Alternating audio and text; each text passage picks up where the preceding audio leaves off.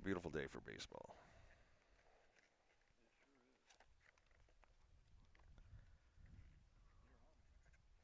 We're live? We're live. All right. You are looking live at Hudson Fields on a perfect day for baseball. For once, we're not sitting here with everything that we own on. It's a bright, sunny, breezy, balmy day. Going to be the Hazen Union Wildcats taking on the U-32 Raiders, I believe they are. D2 school. U-32 comes in with a record of 4-2. They're on a 4-game win streak. They lost their opening 2 games and then have won their last 4. Hazen with a record of 2-6. They are on a 3-game skid, looking to right that back. And our next game, that's a nice hat. No, I think we're going to join Lance McKenzie. Lance McKenzie's going to come on with us? In my headset. You're not hearing anything? Because you're not plugged in yet. Okay. All right.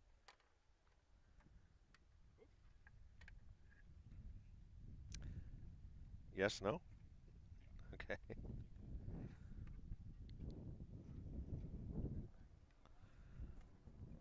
Hazen's next game will be Thursday the 15th at Spalding. Next home game will hopefully be Saturday the 17th when we host Lamoille. Weather forecast right now looking kind of iffy. And John Lucia's doing that game, correct? John Lucia will be doing the game on the 17th. I have some prior commitments, so John stepping in. I'll thank him in advance for that. Lance Hall with the call, Michael on tech, Lance McKenzie on camera. Jim looking on like the proud dad that he is of us. Hazen taking the field. U-32 is going to send a junior, number 2, Carlo Concesi, up to bat in the first inning.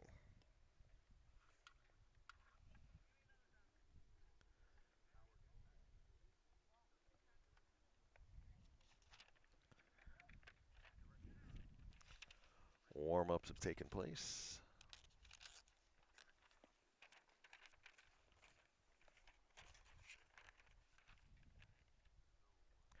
Hazen's still rebuilding. We've lost some tough games, but there are glimmers out here. And I think the future is pretty bright for our Wildcats, and hopefully we'll see a little bit of that on display today.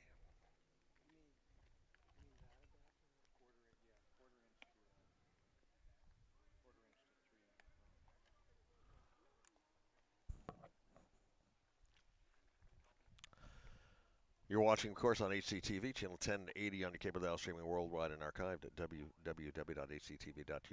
Please consider donating. You can find a button right on the website, lower right-hand side.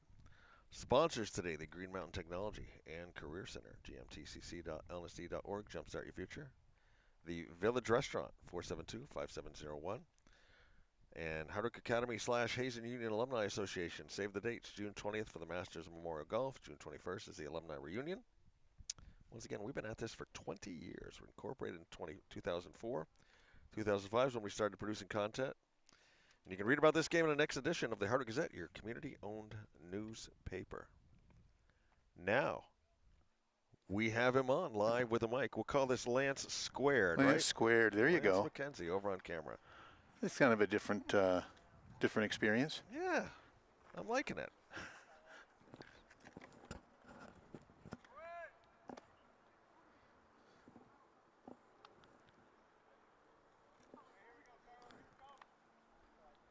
Grayson McNaughton, a junior, on the mound today for Hazen. And this is another junior, number 2, Carlo Concesi, who will be playing third base when U-32 takes the field. First at bat, opening pitch, moments away.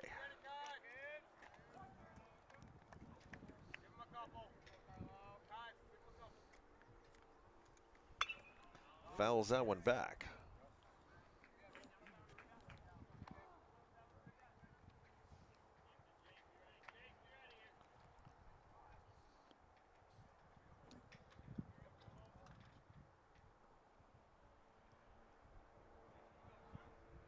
Steps out, readjusts. McNaughton delivers. Foul back again, 0-2.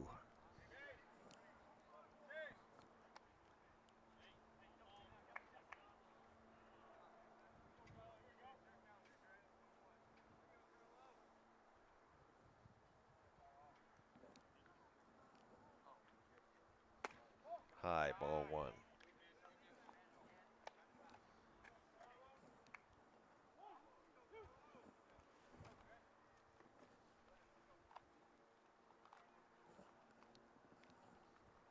Down low, 2-2.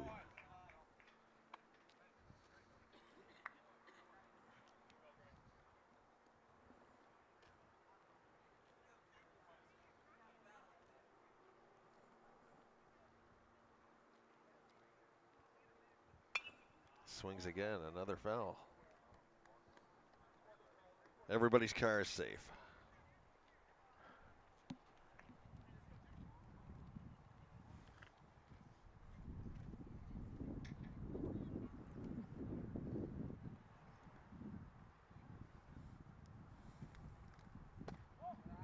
Outside. Full count, 3-2.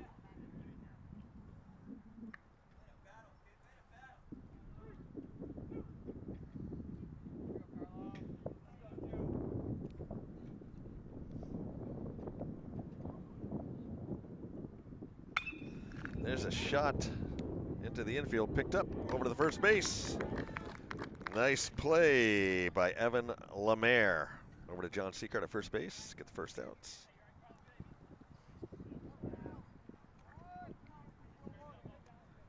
Number 8, Owen Dyer, a sophomore for U-32, going to be playing center when they take the field. Nice. Thank you, Michael.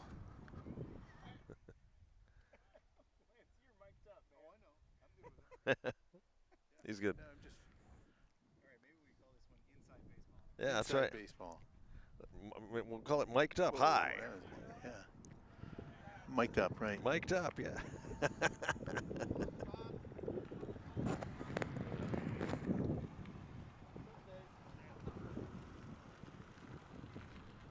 Outside, 2-0.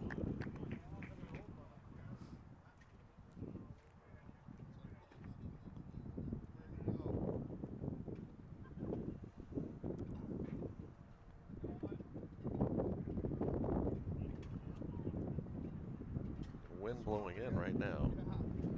Good breeze. Shot down to third, Hayden down. Over to Seacard in the dirt, got by him. Dyer's gonna go for 2. I gotta believe that will probably be scored as an error. Jake, good job at knocking it down. His throw was a little low. And number 22, Maddox Heiss, the senior who's gonna be playing shortstop, comes up for U-32. Carson DeForge on deck.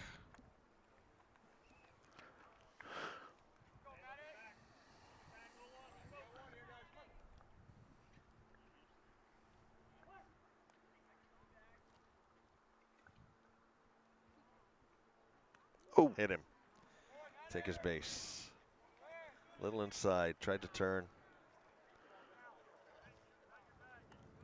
DeForge.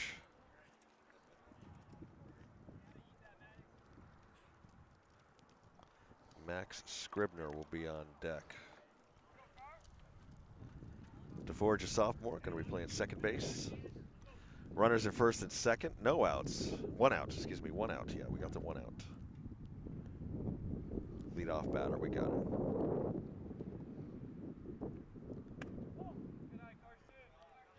Little high.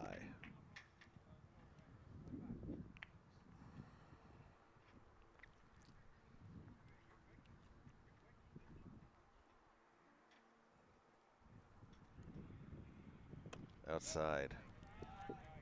2-0. Lance, did you play any baseball at all in school? I did not play organized baseball. I didn't either. I'll be honest, I was scared of the ball. I still am. Yeah, it's definitely a challenging game. Yeah. Swing and a miss. Nice pitch. 2-1.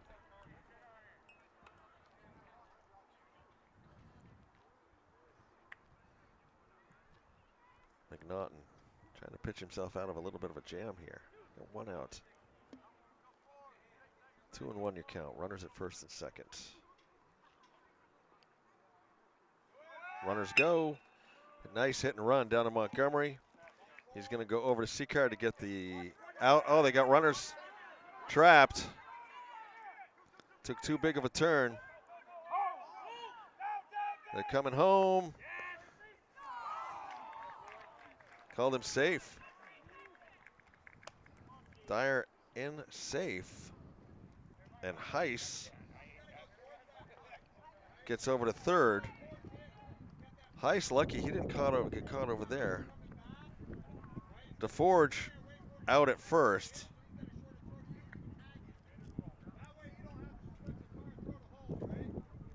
So we got a runner on third. Score is 1-0. So that's a good example. This is a really difficult sport to shoot because the ball doesn't score. You got a lot going on. Here comes the runner. Ball goes by. Ball goes by McNaughton. He's going to go in. And Heiss is going to score. And it's a difficult game to call solo because you got a lot of moving parts out here. A lot of moving parts. So in the end, now the bases are empty. There is 2 outs. The count is 1-0. 2-0. Scribner at the plate. Score 2-zip. We had a lot of things happen. Mm-hmm. We had players that a little overzealous on the run. Tried to get him at home. That didn't happen. We had a pass ball there. Miller had that one get behind him with a backstop. Heiss with a big lead out there was able to come home.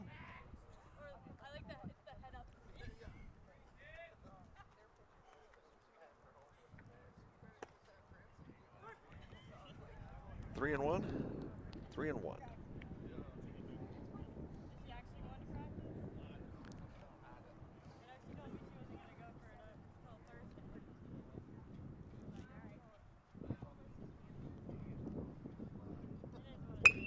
It's a solid shot to Montgomery. Is short. Took a nice hop. He come up and got it. Over to Seacard for the outs. So U-32 puts 2 on the board off some wild, crazy action out there. And we're going to move to the bottom of the first. Hazen's going to send up Owen Skorstead, Chase Newell, and Justin Montgomery to bat in the Hazen first.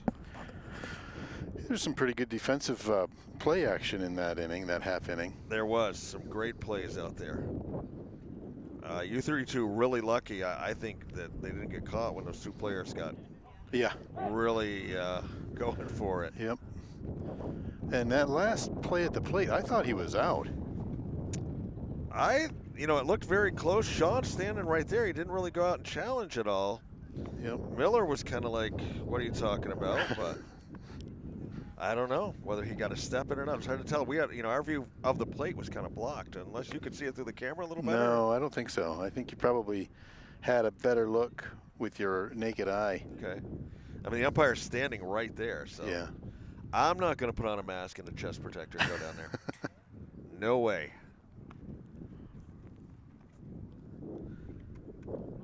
So, Lance, in your career, we talked earlier in the year, you've done some shooting at Fenway Park.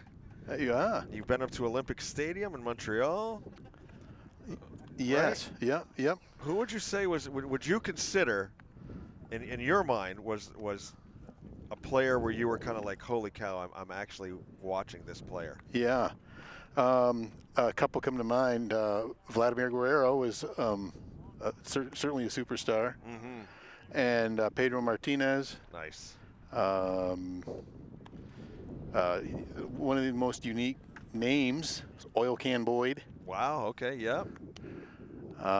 He was pitching. I don't even really know if he was a starter or if he came in from the bullpen. But at the end of that game, so our role, I didn't shoot the actual game action.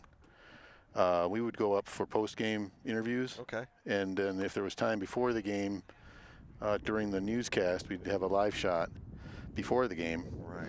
Break that down, get everything out of the way, and then basically just sit back, enjoy the game. Nice.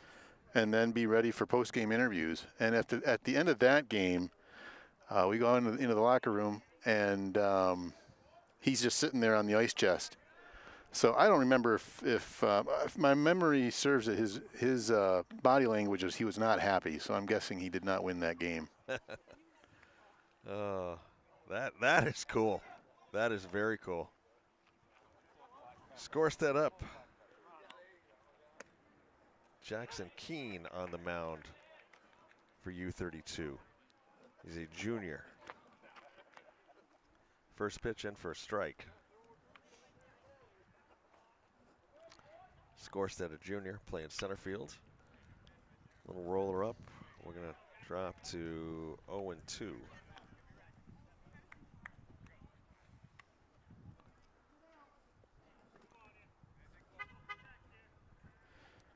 Got the Times Argus here, photographer. There we go. There we go. Just as long as I stay out of it. 1 and 2. I mean, U-32 coming from, the Montpelier area.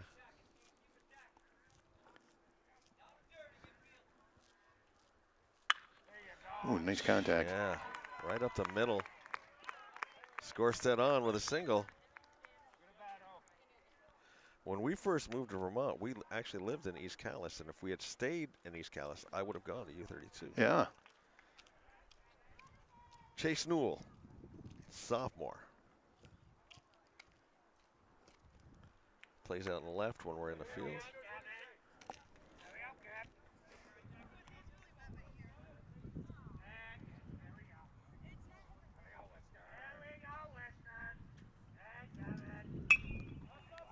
Wow, there's a shot out to right. Coming in, makes the catch. Max Scribner coming in to make that catch. Nice play. Looked like it was really going, and it kind of I think went more high than long. Yeah. I think it got into the wind. Justin Montgomery, junior. We saw him make some nice defensive plays at short there in the first. Absolutely. 1 out, 1 on. Scorestead goes. Throw down. Goes through. Scorestead's going to stay. They were backing him up nicely.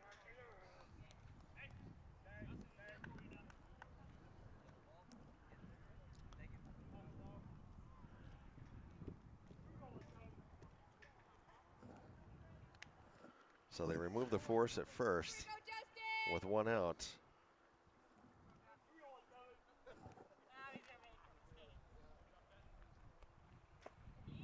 Did he hold up? They're going to call it a strike.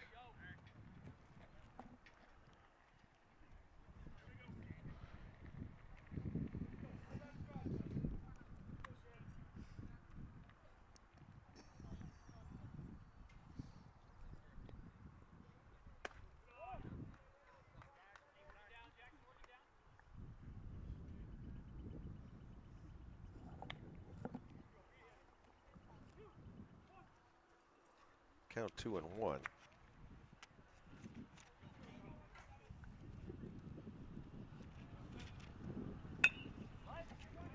Third baseman makes this play over to first.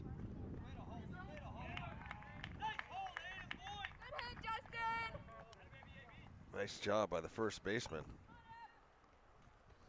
To hang on and stretch out. That's Aiden Boyd stretching that one out. And Hazen's got Grayson McNaughton.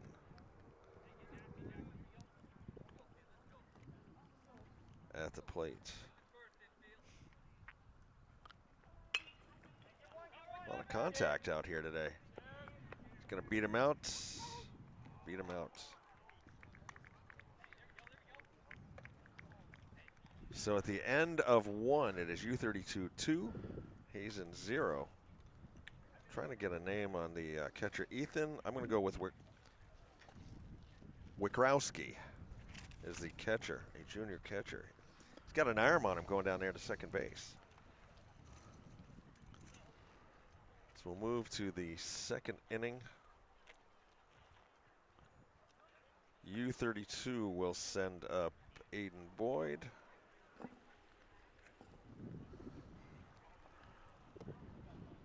To lead off, followed by Jack Scribner, who's going to be designated hitting for Keene, and then Braden Abrahamson.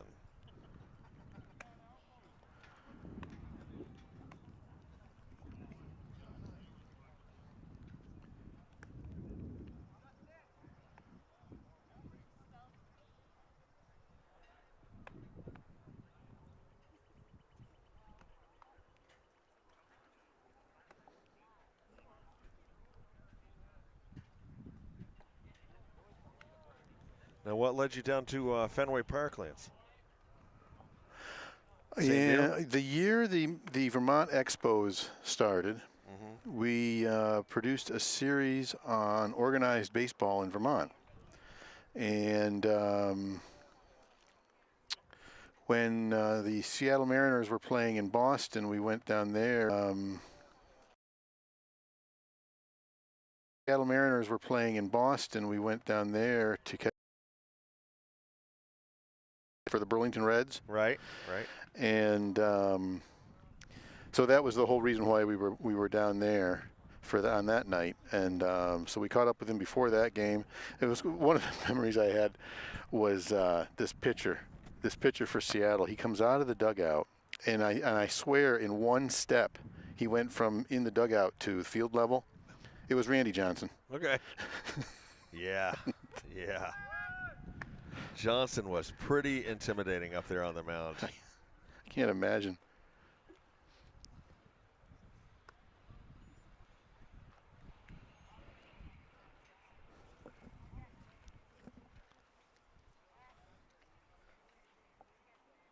Scribner at the plate. McNaughton on the mound. Top of the second.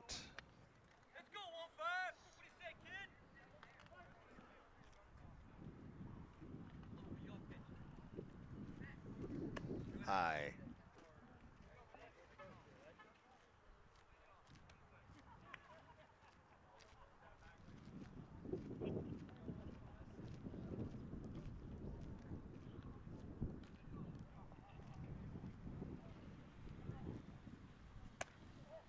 Outside, 2-0.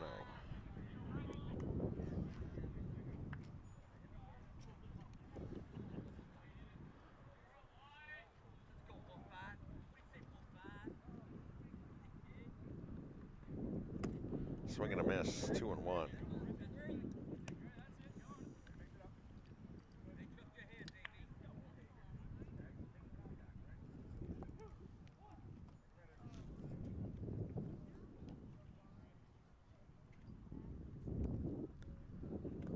Down low.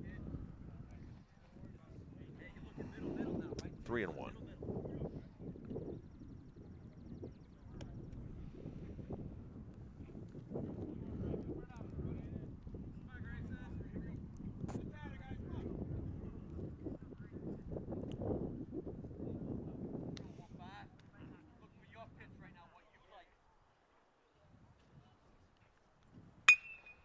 Kind of reached out to get that one. Pokes it right up the middle. Boyd on with a single.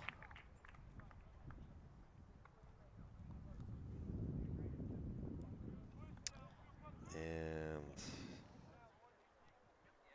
Scribner up. Scribner, a freshman.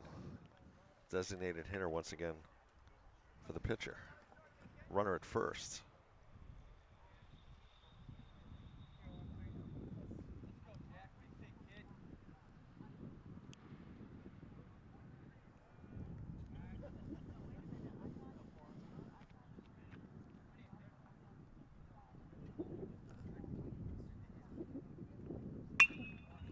Over to Jake. Down goes to second. High. Runners are going to hold.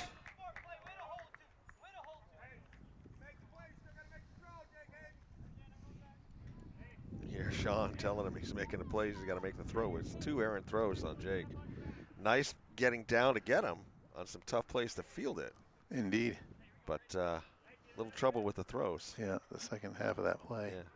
First one over to Seacard went low. That one went high. Nice backup by Lemaire. Yeah, that could have really been. So squares up to bunts. McNaughton down. Over to Seacard. That one high. And Boyd comes in to score. I believe that will be an error as well. Runners move to second and third. It was a good bunt. Yeah, great bunt. I think it really caught him off guard. Yep. Off guard. Bottom of the lineup. This is Ethan Wikrowski is what I'm going to go with.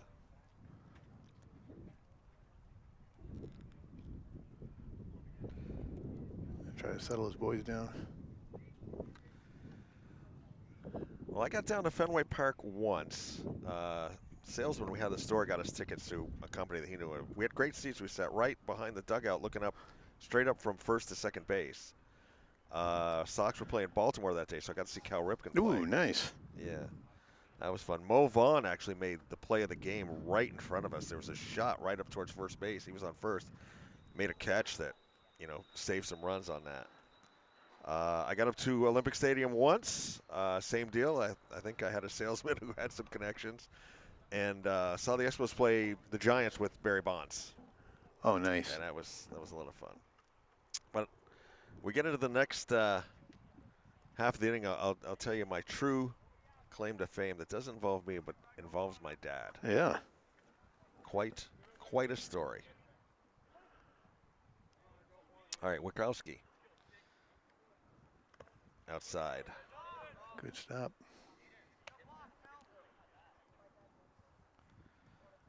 Scribner and Abrahamson on it.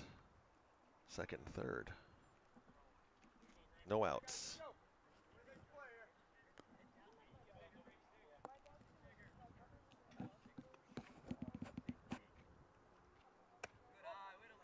A little high. 2-0.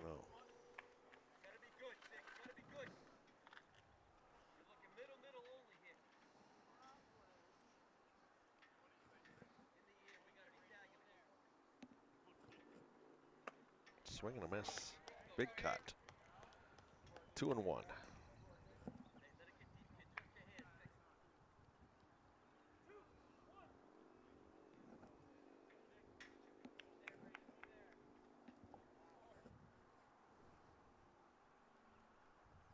Outside.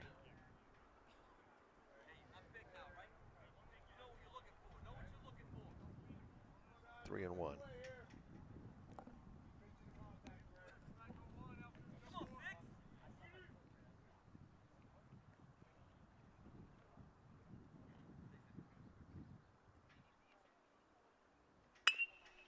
Turned on that one. Fell. Full count. 3-2. Still no outs. Do you know, Lance, the Raiders, do they have a good season going this year? Yeah, they're 4-2 right now. They dropped their first 2 games. They're on a 4-game win streak since then. Yeah. D2 school. We're D3. Mm-hmm.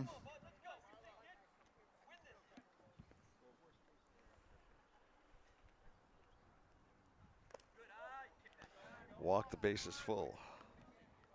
Back to the top of the lineup with Conchesi, who flew out. No, he was out on an infield play. Lemaire made the play over from second to get him out at the top of the first. First time he was up. Bases loaded, though. Pinch runner going in. I'll have to jump on my phone here and see if I can get a name.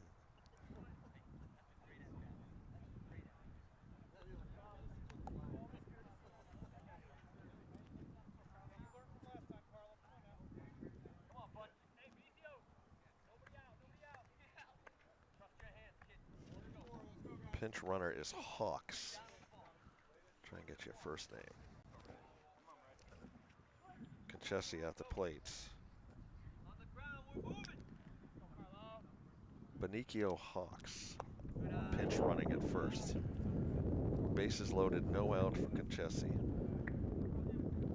1-0 your count.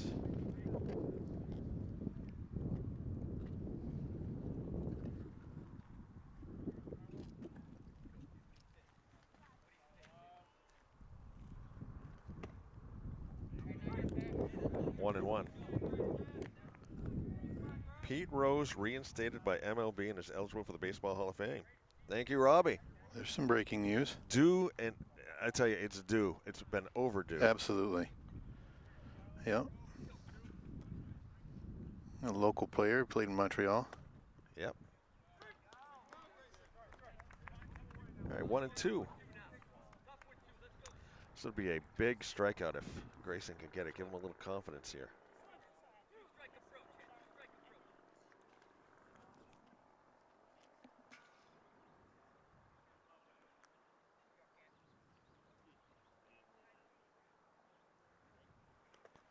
Down low. 2-2. Nice block by Miller to keep it in front of him. Yep.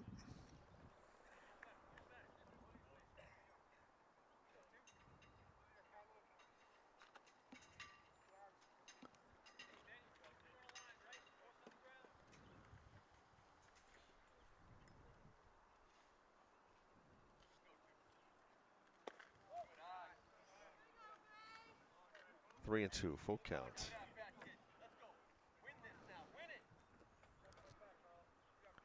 Hazen looking to get that first out here.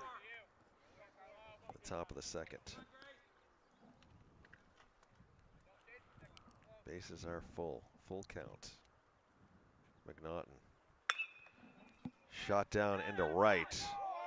We're going to score one. We're going to score two.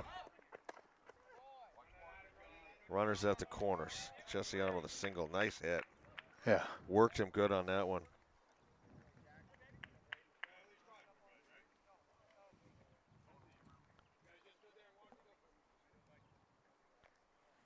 So we got number 8, Owen Dyer, up now. Dyer in the first got on. I think that was when Jake threw the ball down low. Right. Made the double.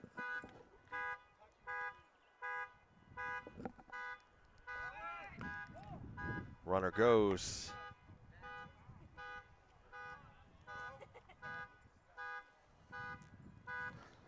That is not my car. That might be mine. That's coach's truck. Okay.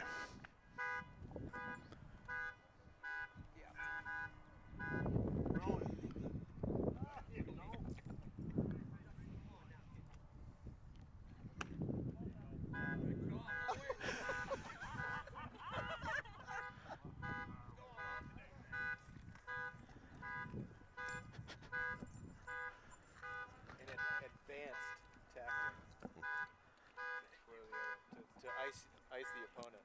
That's right. To ice the opponent.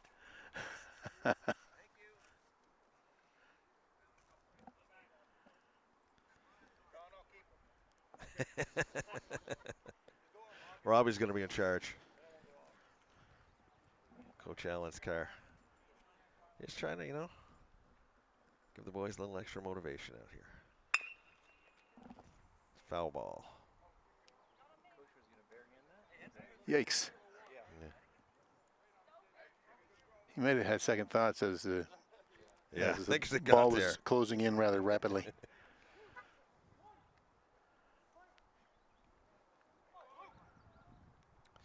All right, runners at second and third. Dyer up. 2-1 is your count. Swing and a pitch. miss. 2-2.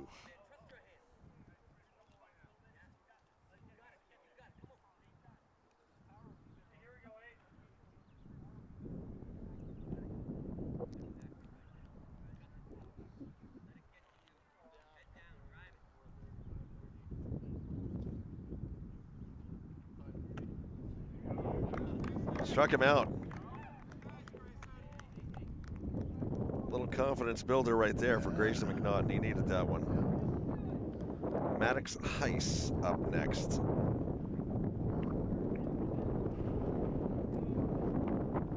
Heiss got on base last time he hit him on the first pitch.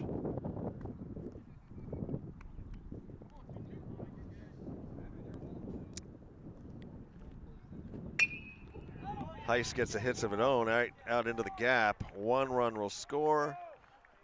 2 runs will score. Heiss will be in with a second.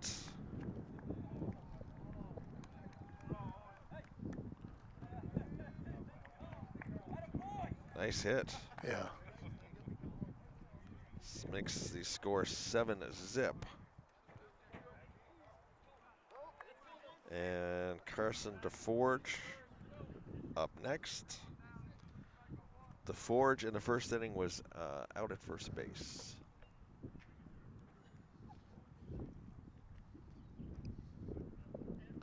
So runner at second, Heiss at second. DeForge up, 1 out.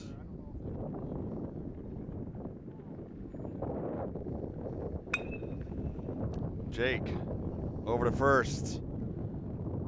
Confidence builder for Jake. after a couple of errant throws. Heiss moves over to third. And Max Scribner,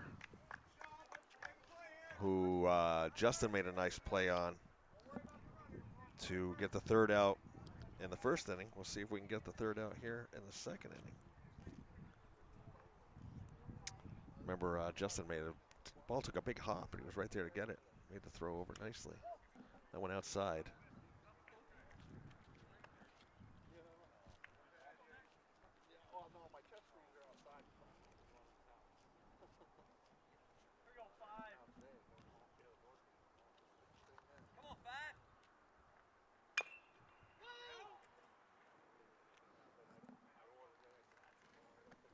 That went down in the dirt.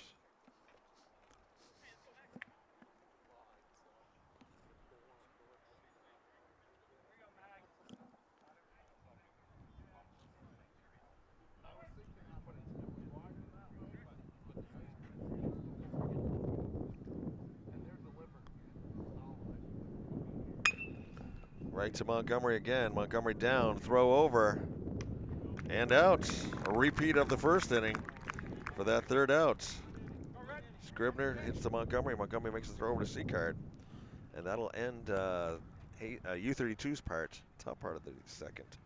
But they tacked on 5 runs to make it a 7-0 lead is what I'm trying to say here. Hazen will send up John Seacard, Jake Hayden, and Landon Miller at the bottom of the second.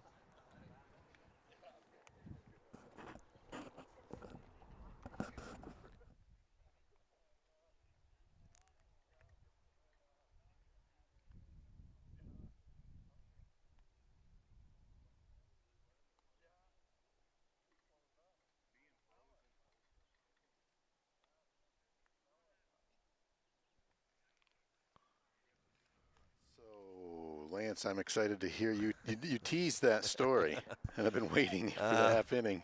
October 8th, 1956, my dad went to school that morning. He was living in Connecticut, went to Middletown High. He's standing in his locker, and he looks up the hallway, and down the hallway comes his dad, my grandfather. And my dad thinks, uh-oh, your dad goes to school, there's one of two things can happen, and neither of them are good. Something's happened at home, or your dad got called into school. Yeah. His dad, my grandfather comes up to me, he goes, you want to go to a ball game? My dad says, sure. This is back when World Series games, of course, were played in the afternoon. Right. Went down to Yankee Stadium that day. I don't know if you know that date very well. Don Larson's perfect game. Is that right? My dad was there. That's cool. Box seats out in right, if I remember right. And he told that story until the day he passed away. I bet he did. That's a great story. Remembered everything, the catch that Mickey Mantle made, and the way Yogi Berra went out and jumped in Larson's arms of that game. In Yankee Stadium, you could hear a pin drop. Yeah. It was just so quiet. That's fun. So quiet. But yeah, he was there. That's a memory. Definitely.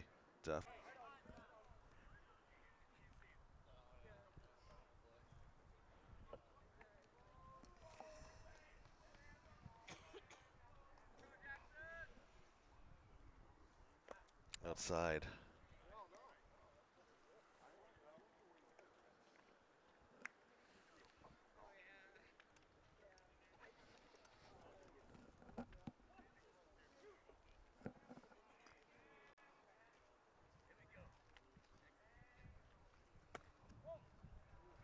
Two and two. Jake Hayden on deck.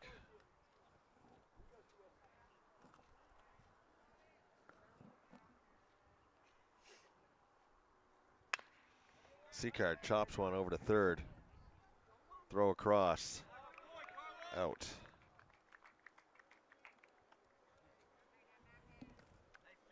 Carlo Conchesi with a nice play. Boyd on first. Here's Jake. Jake's a junior.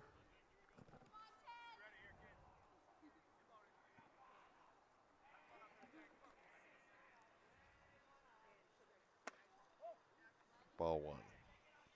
Landon Miller on deck.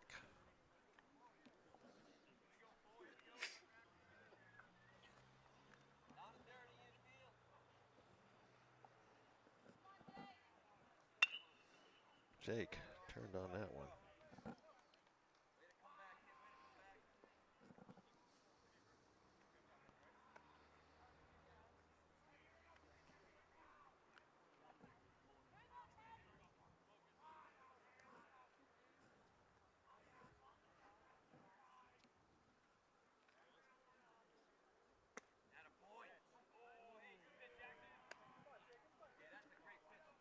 Can we interview Hazen Union baseball voice Mm. down there? While down there? I just want to know. I just want to know who it is. What, at first base? No, no, no, no. Whoever's got that voice. Oh. Oh, okay, so you're talking about the chatter from the dugout. Yeah. Yeah. I want to know who that is. And why. Hey, there's a base hit.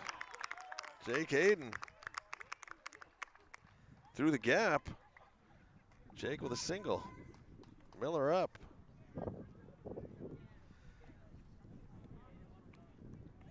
Kaya Cloutier on deck. Although if you remember right, Michael, they're not half as chatty as that group from a few years ago was. Remember those guys?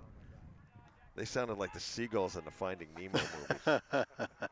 Oh, they were funny. Did they get talked to about that? I can't. They may have, because they were extremely boisterous. Squares up to bunt. Oh. Miller lays down a beautiful bunt. Foul, though. Oh, that was so good. Yeah. I think he kind of fooled him on that one, too. Keen, quick in.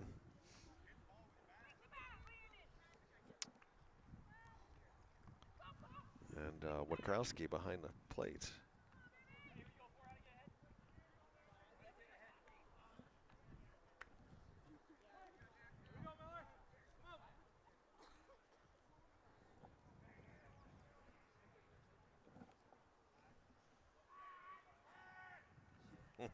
Getting into his head. Yeah.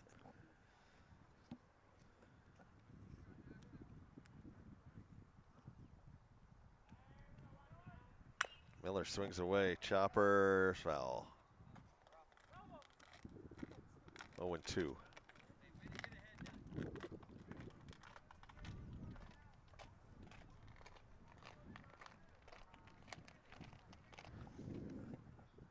I haven't heard any of the walk-up music today, though. Must be they're having some technical difficulties.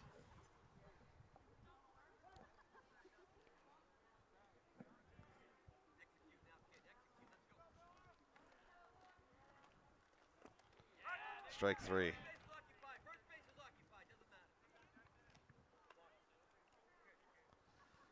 Miller strikes out. 2 outs. Kaya Cloutier. Freshman. Playing right today. Are we live streaming today? Yeah, we're on live. Okay. Oh, nice. You can address One viewer? Okay. Make it an interpersonal experience. I listen to a podcast and they always talk about their single-digit listeners. We'll talk about our single-digit viewer. Well, it's like it was in college radio. It used to be an old funny trick because we shared a frequency with a much more popular station, just like I don't know, 50, 60 miles away, and you just say, "Dear listener."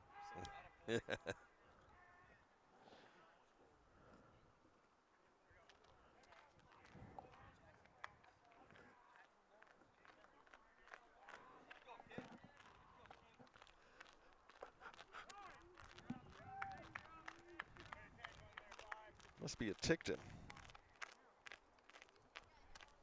Clipped him a little bit. So we got number 2, Evan Lemaire.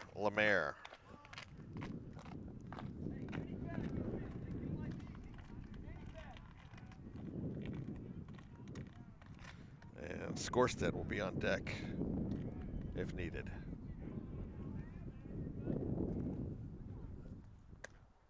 A little high.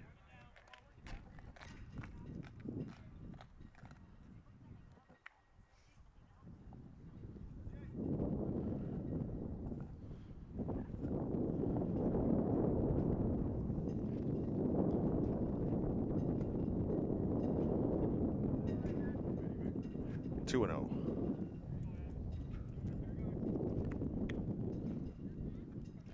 So we got Jake at second now, and Kaya on at first.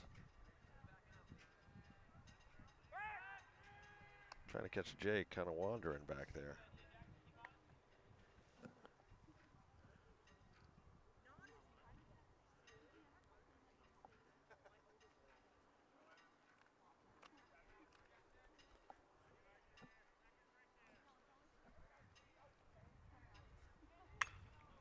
Nice shot. Into right. Going to drop in for a base hit. We're going to load the bases here. Evan Lemaire. Top of the lineup. Scorstead up. Owen singled to lead off the Hazen batters back in the bottom of the first. Bottom of the second, 2 outs, bases loaded. Scorstead reaches out. Flip over for the easy out, and Keene gets himself out of a jam there. So they're knocking there. They were knocking to get some runs. Good effort there. We'll move along to the third. You're watching Hazen Varsity Baseball here on HCTV, channel 1080 on your cable dial, streaming worldwide and archived at www.hctv.us. Our sponsors today, Green Mountain Technology and Career Center, gmtcc.lnsd.org, Jumpstart Your Future. The Village Restaurant, 472-5701. And Hardwick Academy / Hazen Union Alumni Association. Save the dates, June 20th for the Masters Memorial Golf, June 21st for the Alumni Reunion. Move along to the top of the third. Let me see if I can figure out who's coming up. It'll be Aiden Boyd, Jack Scribner, and Braden Abrahamson.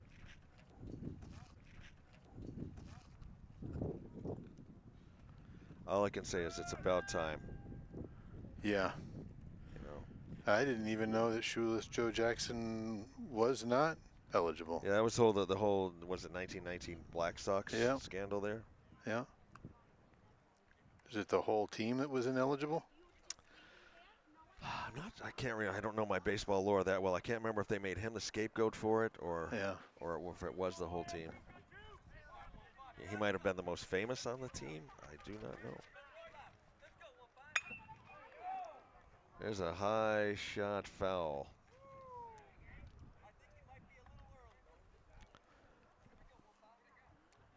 Boyd singled in the second, then scored.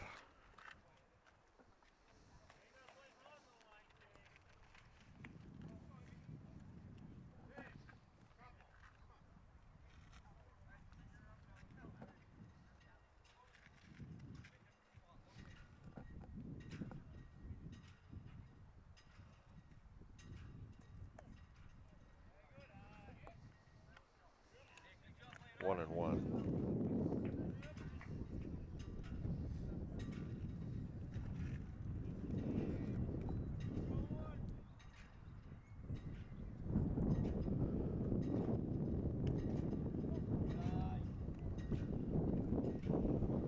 Two and one.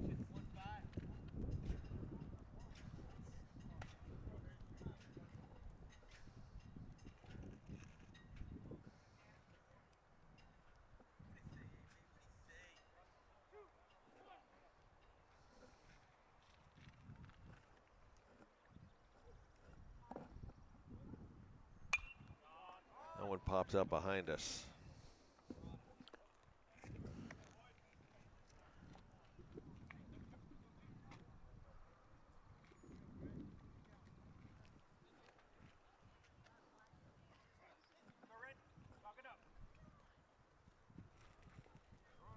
Two and two, your count. That one down. Jake over late.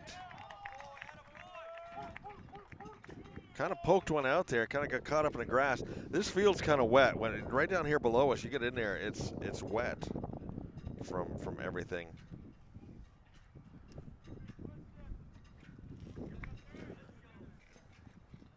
So I gotta believe it's a little slow out there. Scribner up.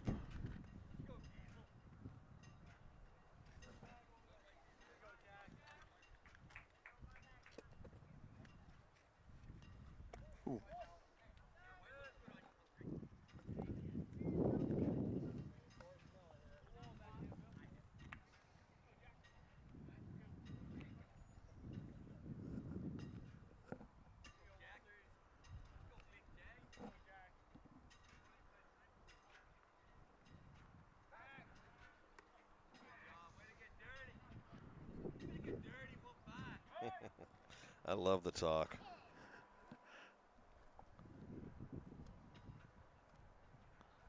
Boyd wants to get all the mud and everything off him.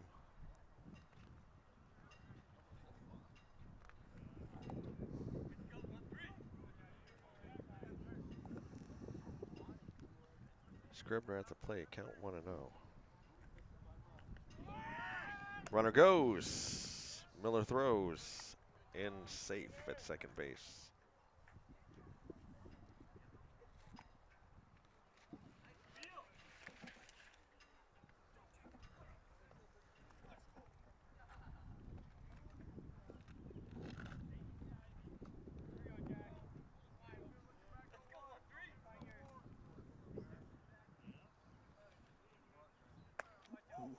High and tight. Scribner reached first on an error in the second.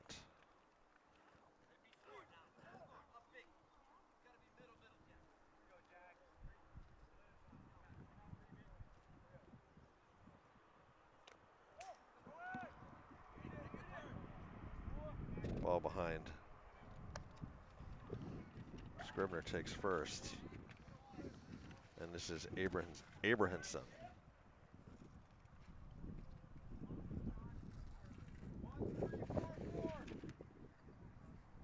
Who reached first on an error back in the second as well.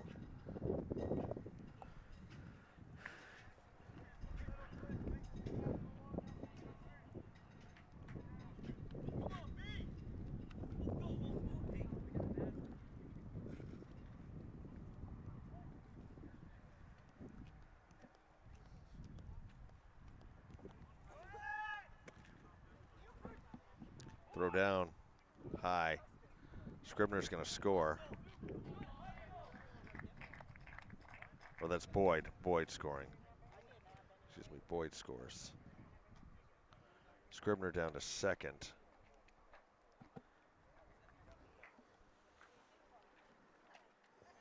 Count 0-1.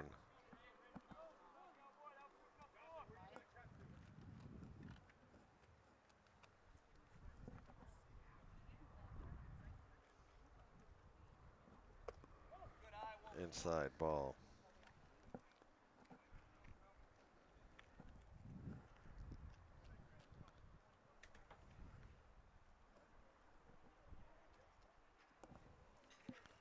Wachowski on deck.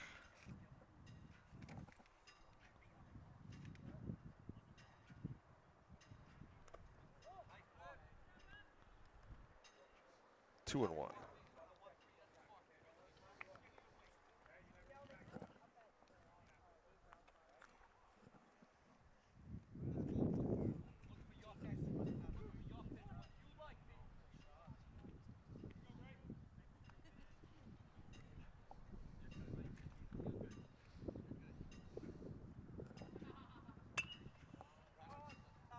That one fell.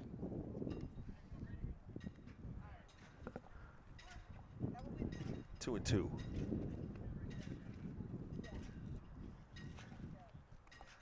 Wind blowing right in. Glad it's warm. Ball through.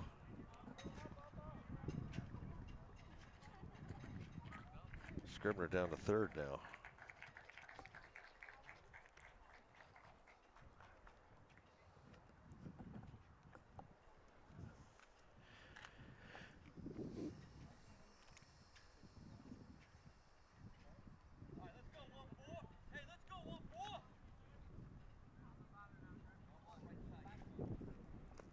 Down low.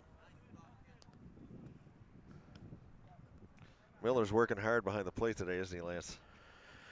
He sure is. We've seen some balls go through, but Yep. he stopped a lot of them. He stopped a lot of them. Very active back there today.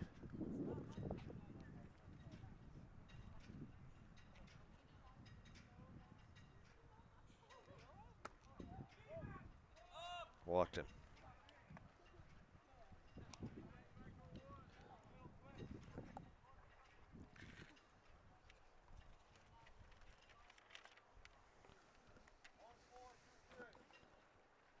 Rauke up. Walked in the second and then scored.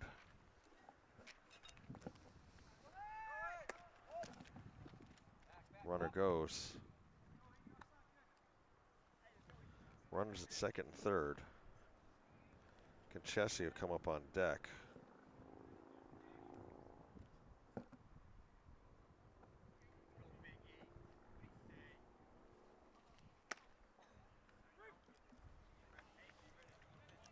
Strike one. 1-1 your counts.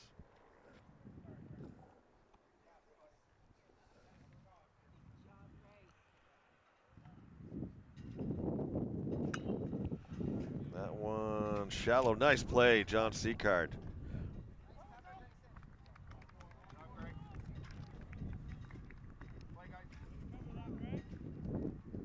Scribner scores.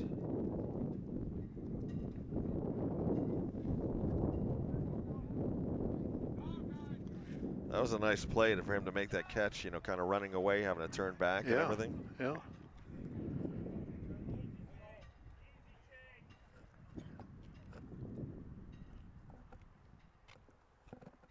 And it gets the first out.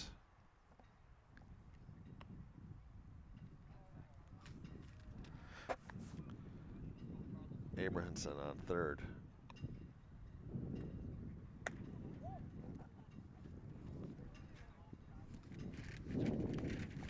Conchesi so far today flew out to the infield and singled, stole second and scored back in the second.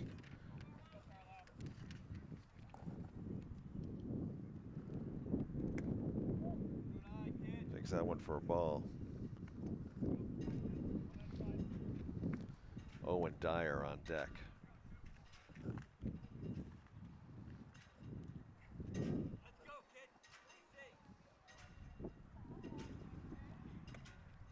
In for a strike. Good pitch.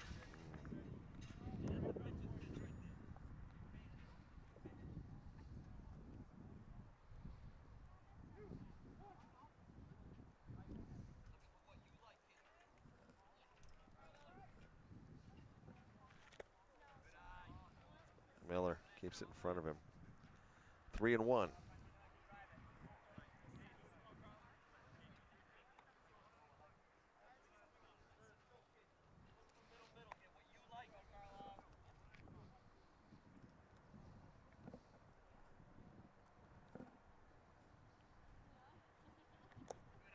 Down low. Conchesi walks. Dyer to the plate. Dyer so far today.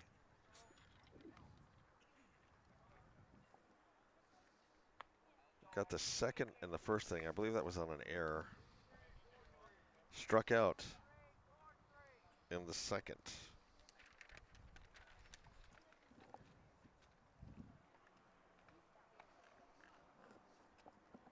Runners at the corners. Runner goes. Runner's going to score. Standing up.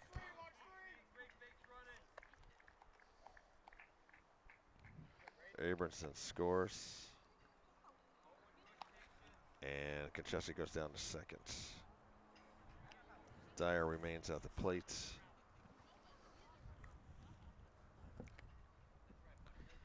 Maddox Heiss on deck.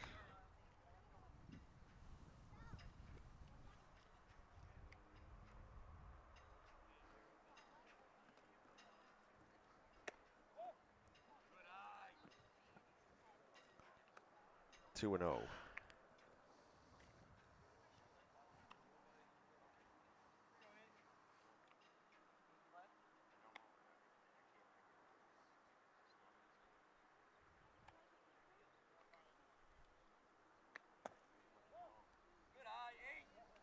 Three and 0.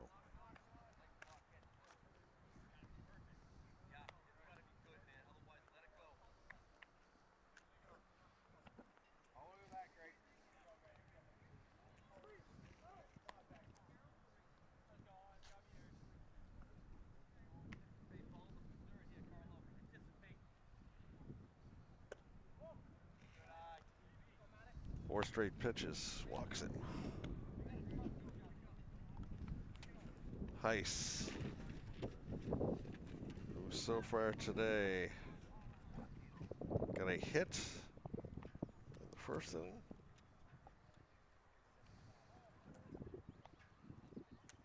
And doubled in the second. Coach Allen goes out to the mound.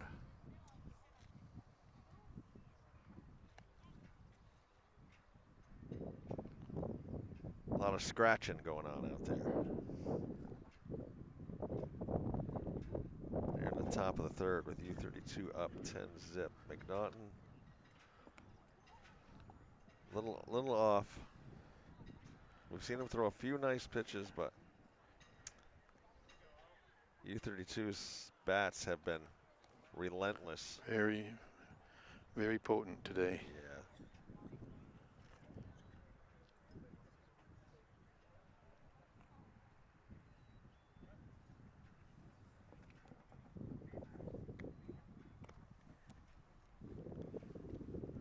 So Coach Allen going to put Skorstedt in at pitching.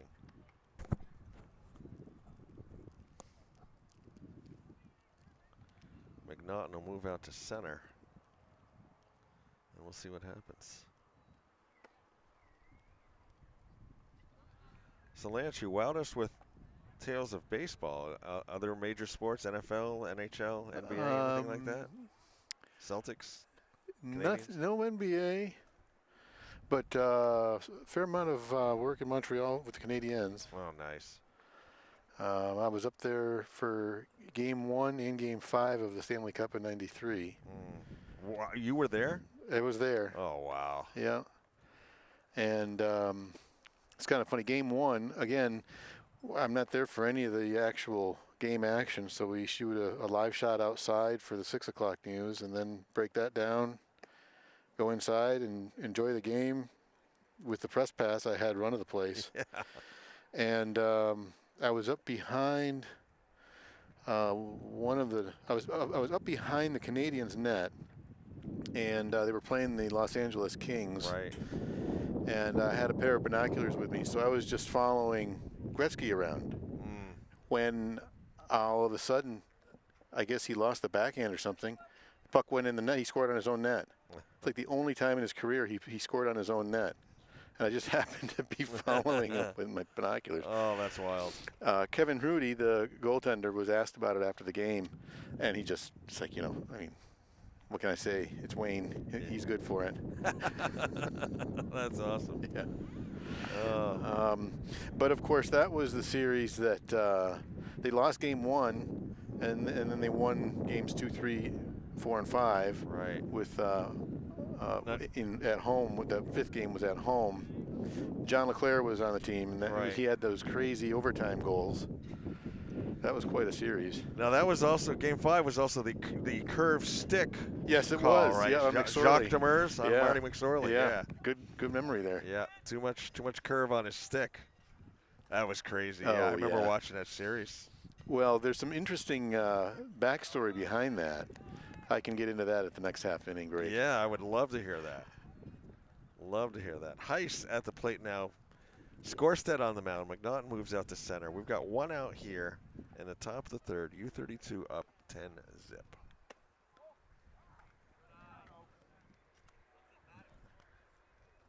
We've seen Justin Montgomery make some nice plays at shortstop. We saw Seacard make a nice play out there at first to get an out in this inning. Miller's been an octopus there behind the plate. There's a shot out to Newell and left. They're going to come in and try and score. Justin holds up. Kachesi scores.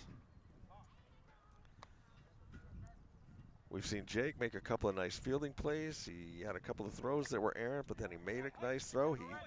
I think Jake, I believe, is the only one who's gotten a hit today off of Keene. We got some runners on. I'm trying to remember if those were walks or hits, hit batters or whatever. I want to say Jake's the only one who's got on with a hit. There's a shot out to the gap, way out to the gap. We're going to score 1. We're going to score 2. And Heiss is going to be in with a double. No, not Heiss. Heist just scored. Let me see who we got up. Who's up there? Is that number 5? That's Scribner. So it was DeForge who got that big hit. DeForge who gets chased back to second. So this is Max Scribner up now.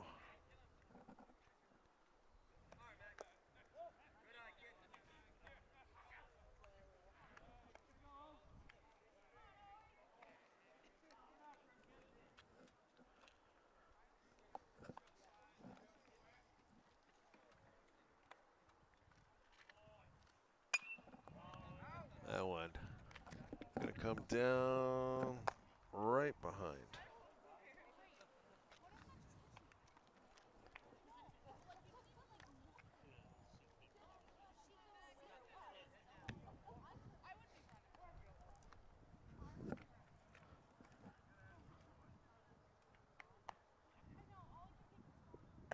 Inside. 2-1.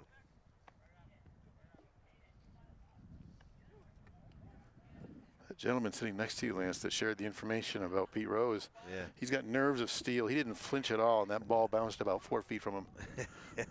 Nothing makes Robbie flinch. Robbie, it's only a baseball.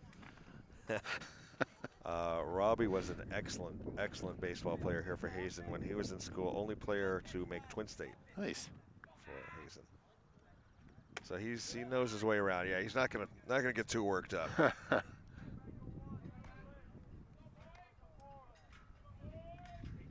So Boyd up now.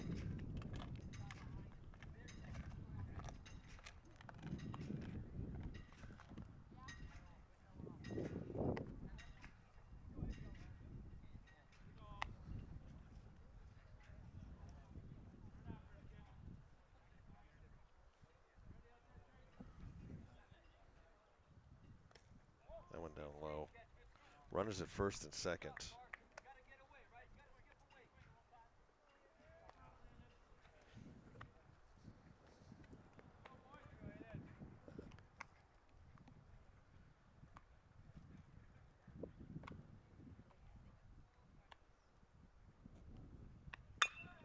Chopper down. Montgomery makes the backhand. Going to come across. Nice play. That was a nice play. Nice backhand, long throw over to get the out. And this is Scribner up.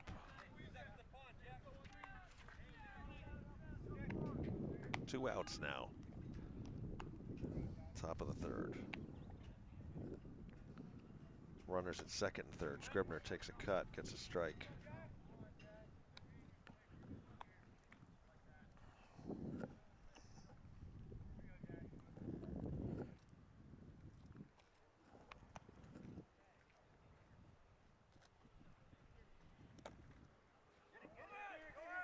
Ball squirts away. Forge comes in.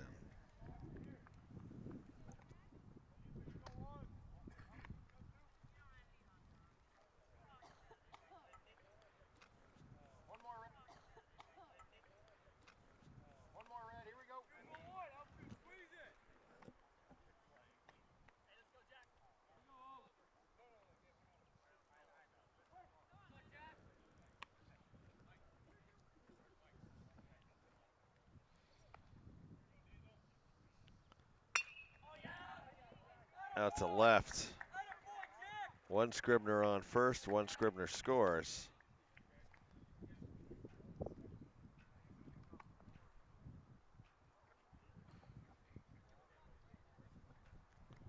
And Braden Abramson will come up for the second time in the inning.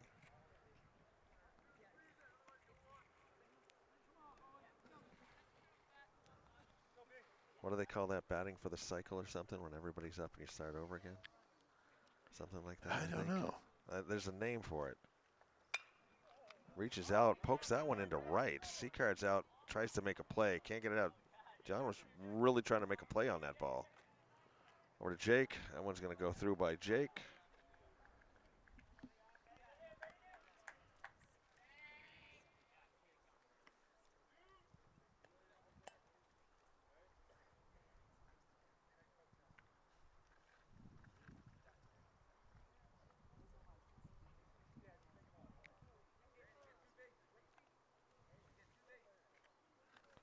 Wikowski. Wikrowski, I should say. Why does he take third? Something about maybe the error or something. I think that's probably why they gave him an extra base, I would guess.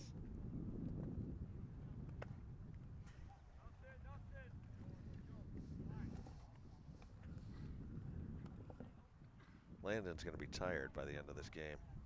Yeah.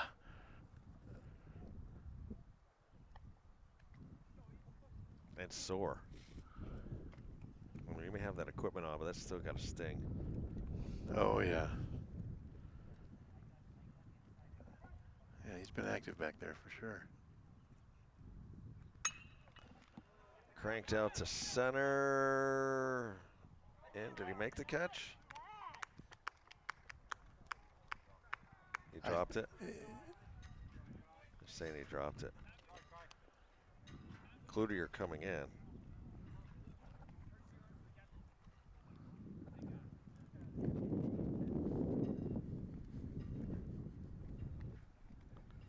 And Conchesi.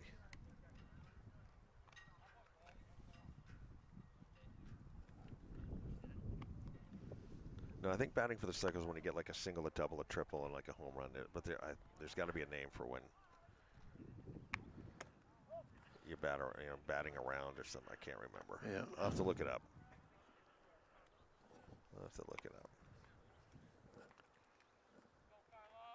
U-32 just putting on a hitting clinic out Yeah, here they today. sure are. Yeah, these are well hit balls. Yeah. I mean, Kaya came in, tried to make a play. I thought he caught it. Yeah, I did too. 2-0, 2 outs, top of the third. That one jacked to center. McNaughton running in. Drops down though.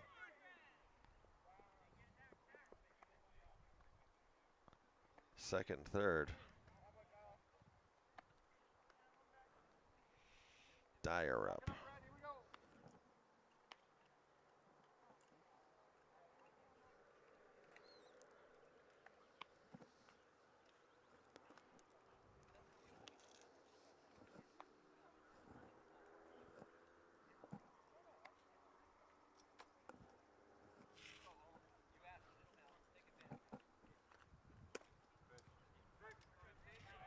Skorstedt in for a strike. You put some heat on that pitch. Mm-hmm. It's a flamethrower. A little high.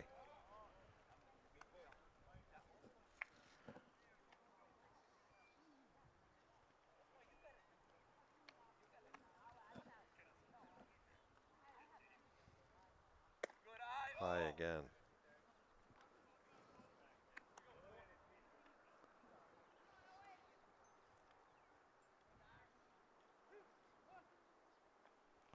Two and one, you count, 2 outs.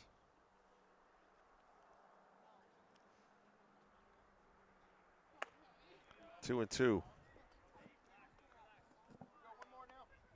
Skorstedt looking to get the strike and get out of this half of the inning. Bring some of the Hazen bats up here.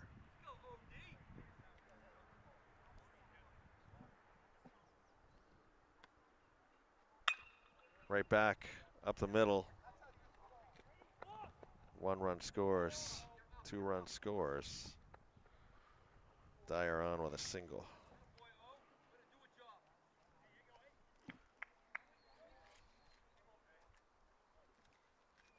Heiss up next.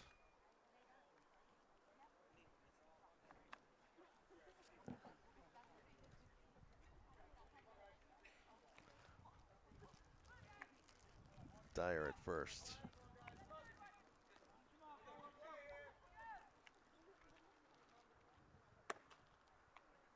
Strike one.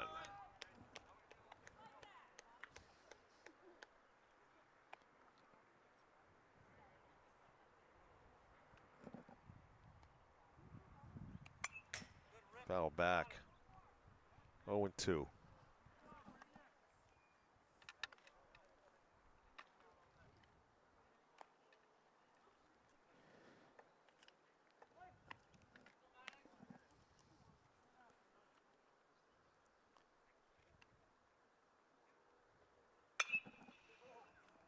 That one foul.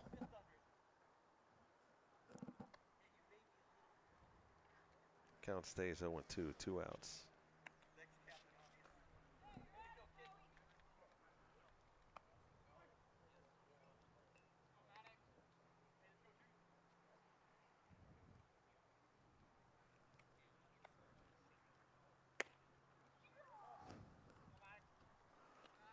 Catcher's, he's trying to frame the pitches. Yeah, just a tad outside. 1-2 your count.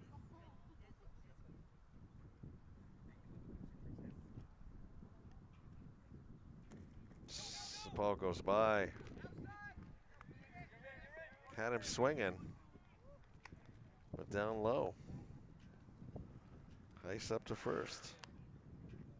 Had the third strike. Yeah. Carson DeForge up.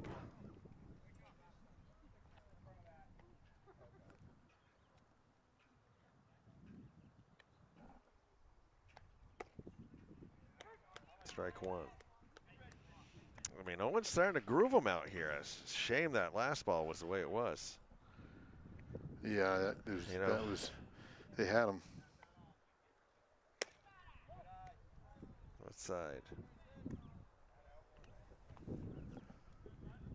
1-1. Runners at first and second.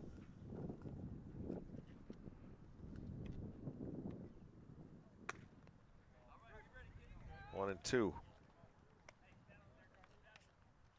I think he's gotten 2 strikes on the last several batters, hasn't he?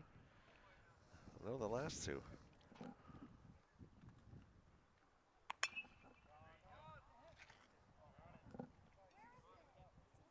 Way back.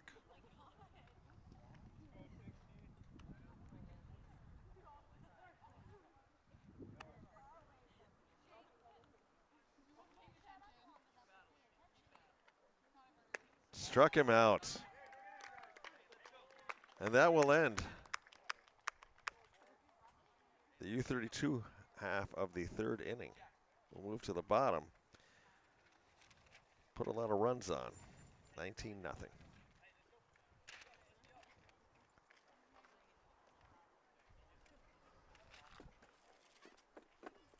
Hazen will bring up Chase Newell, Justin Montgomery, and Grayson McNaughton.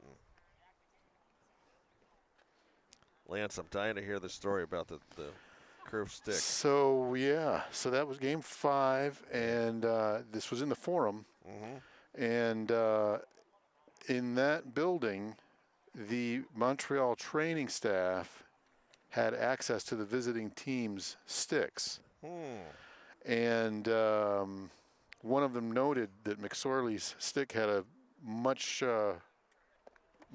more of a substantial curve than the rest, and alerted the coach, Jacques Demers, yep. And so he just kind of tucked that away because he pulled that card out of his pocket. It was when very it was late a in that critical game. moment of the game. Yes. Yes.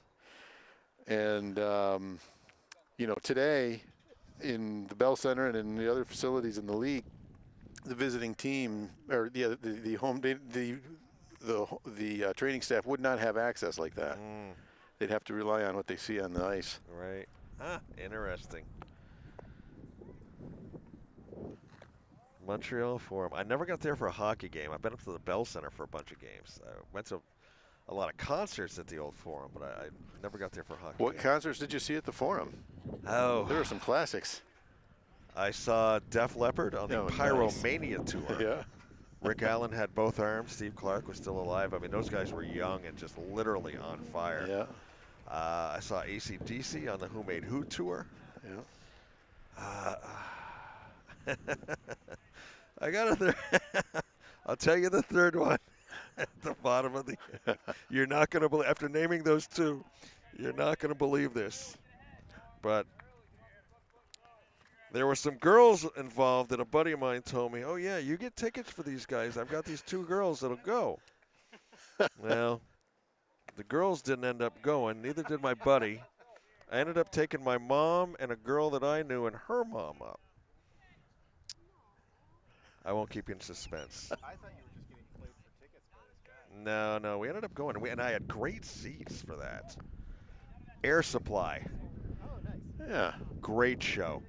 I mean, those guys are pros. You know, not a whole lot of flash and everything, but you knew every song was a hit. Mm-hmm. You know, struck him out. The other show, speaking of a show where every song was a hit, I saw Foreigner up there on the Agent Provocateur. Yeah. And that was really special because at the end, they, you know, for the encore, they did "I Want to Know What Love Is." They brought the choir out. Oh, And nice. everything. Montgomery up. I remember at the Def Leppard show, we're sitting there, and we were, as you're looking at the stage, we were up high, stage left. Nice hit. I'll tell this story in between innings. I don't want to take anything away from the guys. Right. That's a good hit. McNaughton up now. Bottom of the third. John Seacard on deck.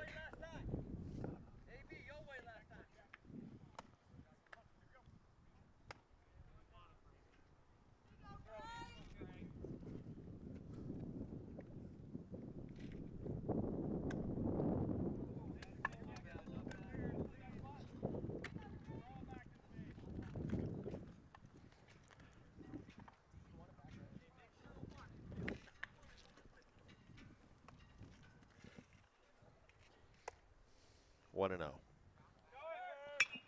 Hit and run. Drops in. Montgomery's going to have to go back.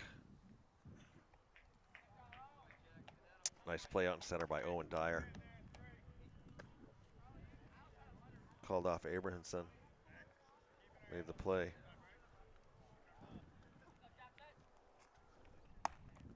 Two outs. Seacard up.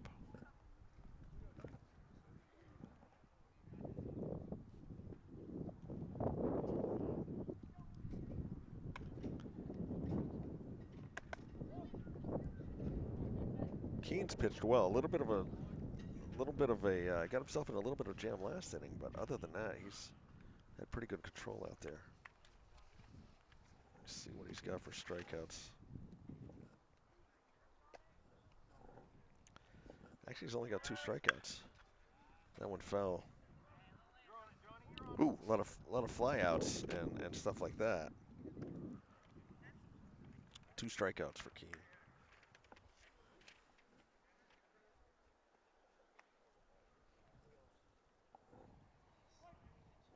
Jake Hayden on deck.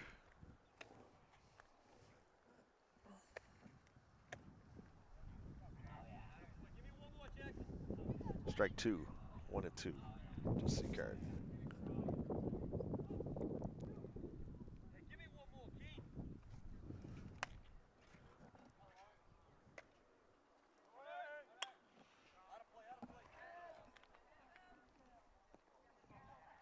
On the bank in front. Okay, so we got Montgomery at first, 2 outs, count 1 and 2. Seacard at the plate. Bottom of the third.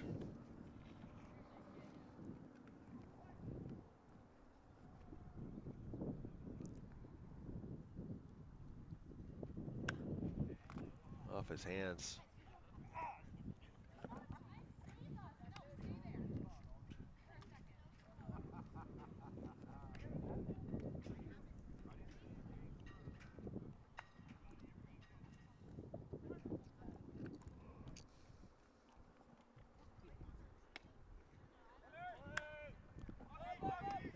popped up as well.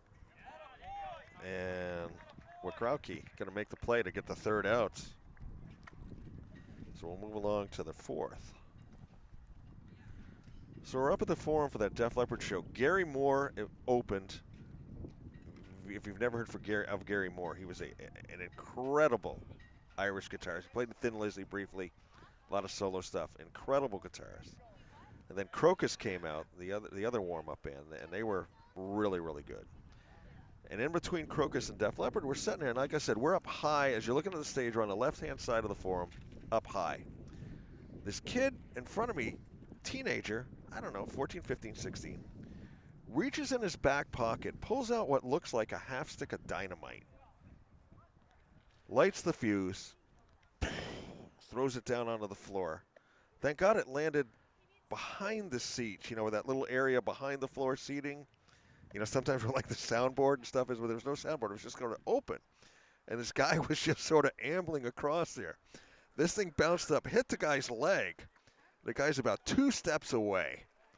And this thing goes off with like an earth-shattering kaboom. Oh, my. And I looked at this kid, and I said, if you got another one of those things, it better have a long fuse on it, because when he's bringing it back, it's right in my face, Yeah. Oh, Just my. Unbelievable. Unbelievable. But yeah, that was a fantastic show. Well, the Forum, that was quite the venue for performances in the 70s. Oh, yeah. I mean, everybody went up there, I mean, you think about it, Montreal is just, such an international, literally, city, though. The everything that goes on up there and everybody passes through, it's it's a great place. You ever done any time in Montreal, Michael? Yeah. Yeah, I had a friend. We went up for the jazz festival. Oh, wow. Any major acts up there? No, I think that we weren't in the mood for any bigger major acts. We just kind of like bar hopped. Okay. And just saw like little combos, like 3-4 piece combos. Yeah. It was a good time. Yeah, definitely. It's a nice city. And then I went up there to tour all the public parks. I think one trip. Nice.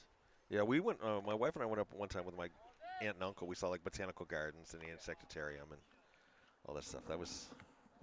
We walked up Mount Royal up to the cross. Yeah, I did a tour when I was in college. I did a tour to check out like the urban planning and development. Nice. It's an interesting city. Yeah. A couple of baseball notes from today. On this day in 1983, Reggie Jackson, the first player to strike out 2,000 times. You think about it. I mean, he's one of the most prolific home run hitters in the history of baseball. First player with 2,000 strikeouts. 1955, Mickey Mantle hit 3 home runs, all clocked in at 463 feet or more, which is big. Born on this day in 1941, Richard Stevens Valenzuela, also known as Richie Valens. And turning 75 today is Steveland Hardaway Judkins, born in Saginaw, Michigan in 1950. Stevie Wonder. Stevie Wonder. Stevie Wonder. All right, I didn't see the number on this player. I wonder if we're still going with regular players or not. If he turns, we'll get one. 12. Oh, that is he was a pinch runner earlier. Flies out. Let me get the name.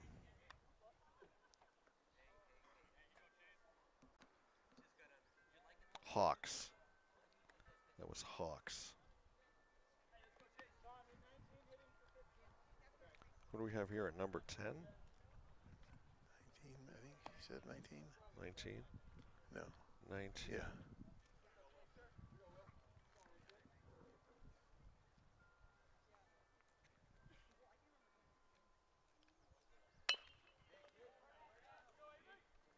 Trying to get a number for this player.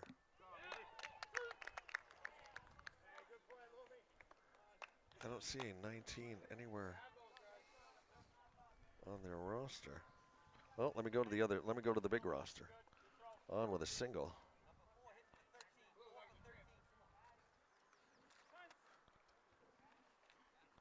19 is Chase LaFale on with a single. And number 4, oh, that's the pitcher, Jackson Keene. So Keene's gonna come up here in the 5th, or on the 4th, top of the 4th, excuse me, with 1 out.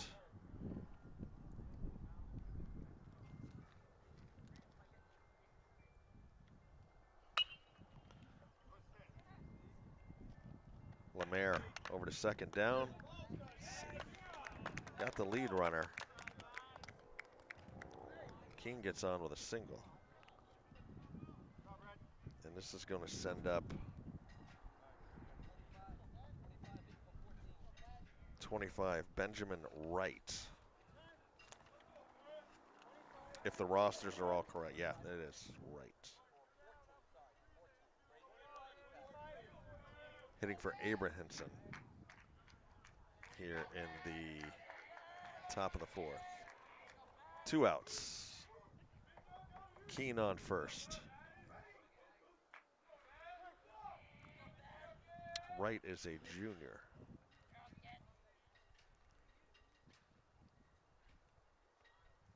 One outside. Skorstead remains on the mound.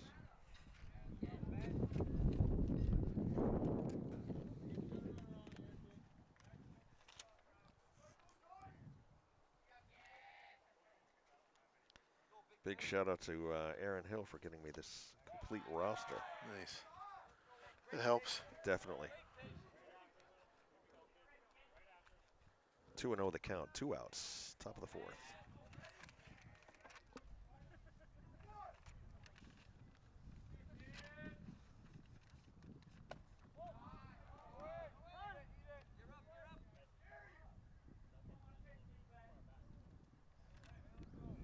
And I believe we had a change at catcher. I think that's Kaya Cloutier. Is that a number 5 on there? I saw him warming up a new catcher.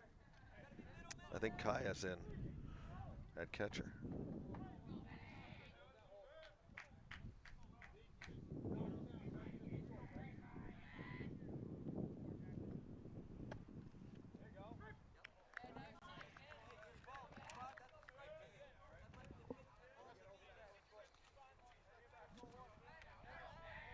And then at pitchers, Will Halperin.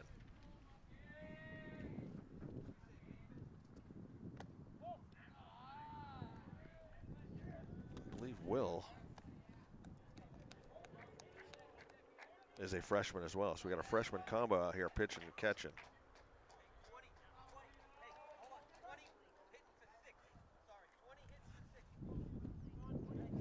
Okay, let's go to the roster. 20 hitting for 6. Aiden Zeno, a sophomore. So Will Halperin on the mound.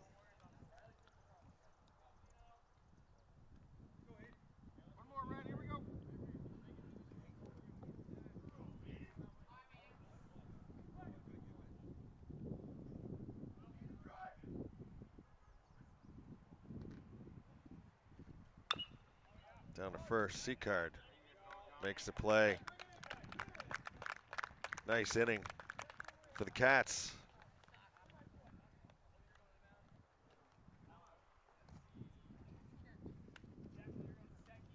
Move along to the bottom of the 4th.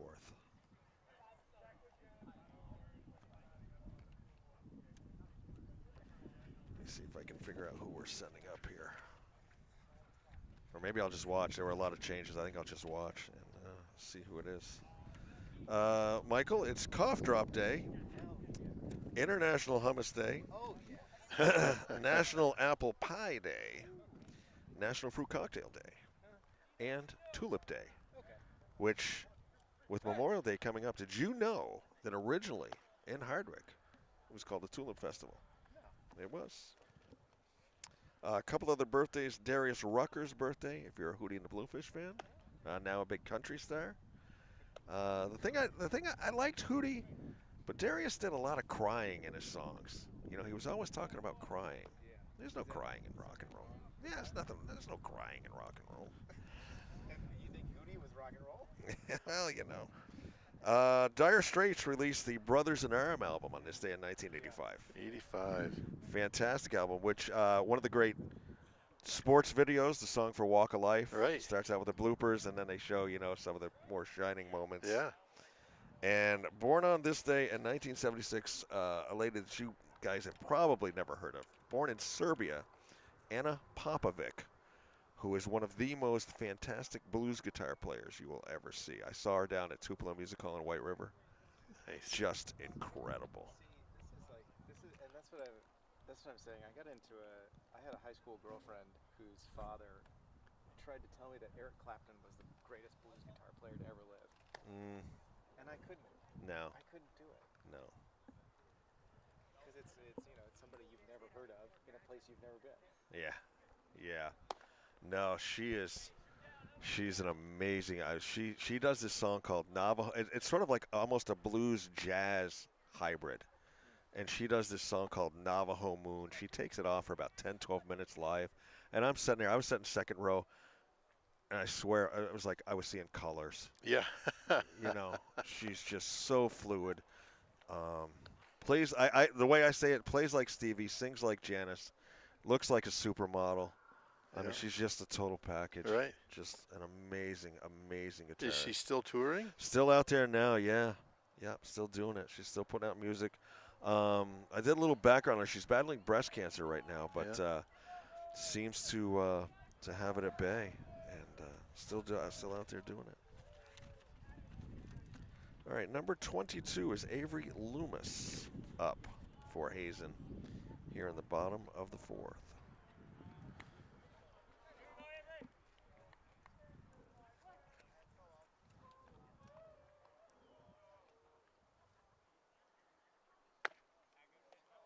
And we've got Owen Dyer on the mound for U-32.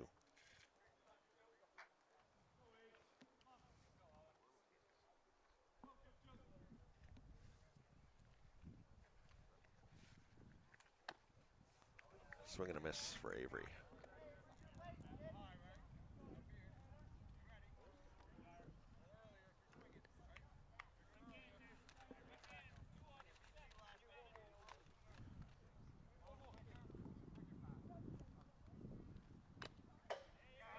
Fell back on 2.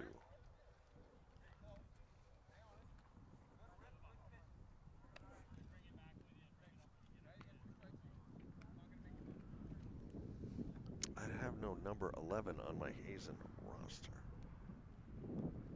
We'll see. We'll get a name. They'll say, come on, you know, hey, whoever you are. One outside.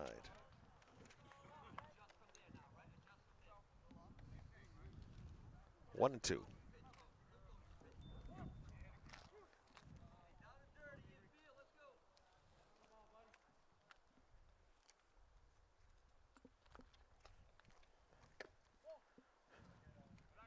Two and 2.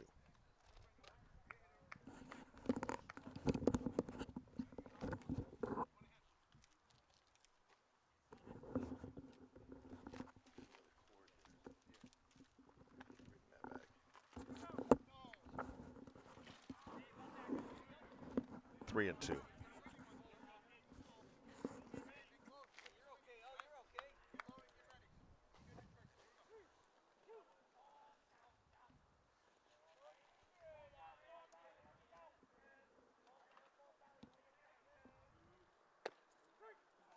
Strike him out. So let's try and pick up a name here.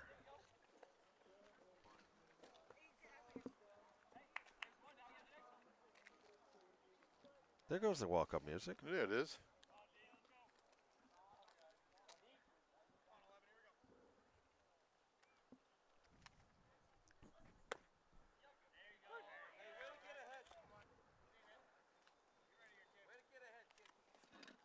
Well, so far we've heard Kid and 11.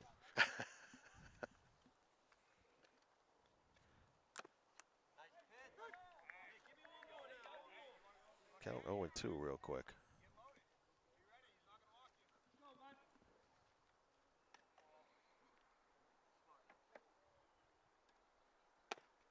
Struck him out. Number 11, Kid. Cade. Robbie. Who's number 11? What? You know? Well, they said 11 and Kid, so I went with that. Yeah, 11 Kid. All right, number 5. Kaya Cloutier.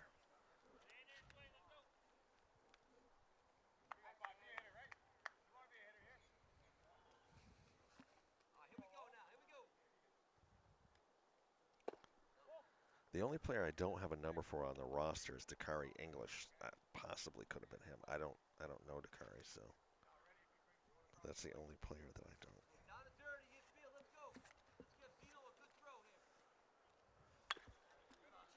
That one fouled back.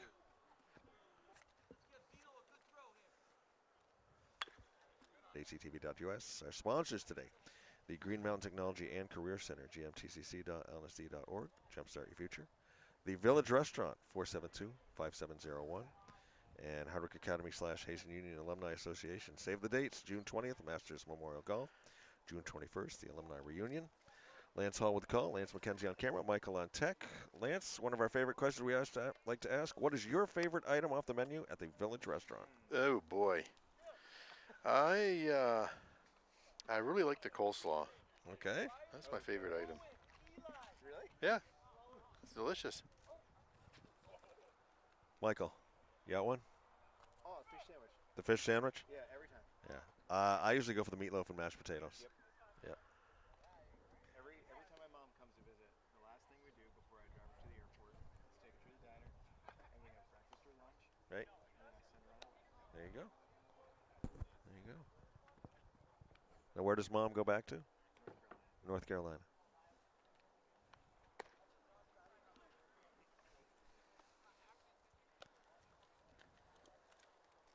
Now, Lance, you born and raised. I know I read your bio, but it was a long time ago. Born and raised in Vermont? Watertown, New York. Watertown, New York. Yeah. How'd you find your way to Vermont? Linden State College. Oh, nice. Yeah, yeah. The Media? communications program. Okay, Yeah. yeah.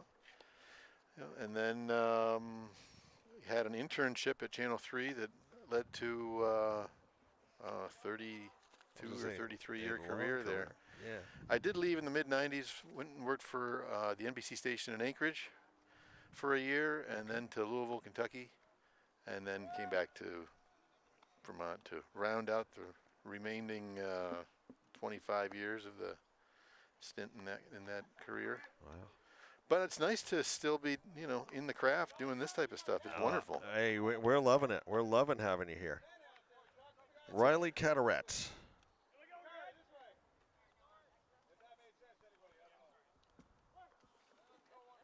At the plate for U-32.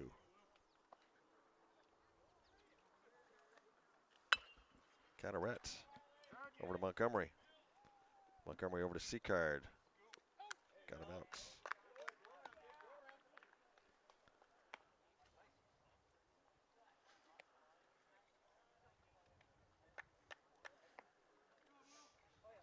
Trying to get a number here.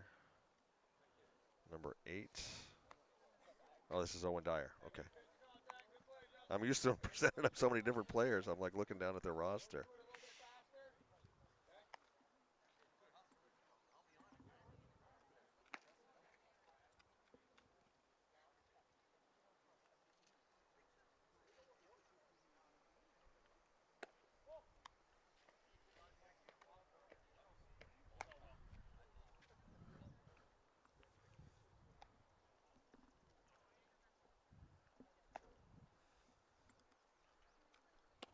Outside.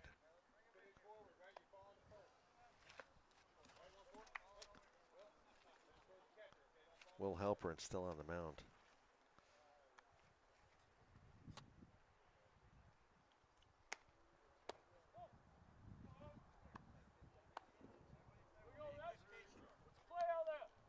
Three and 0.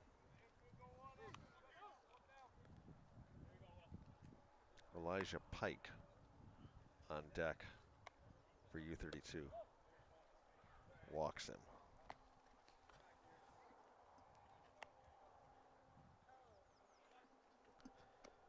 Pike, a freshman. Comes up top of the 5th, 1 out.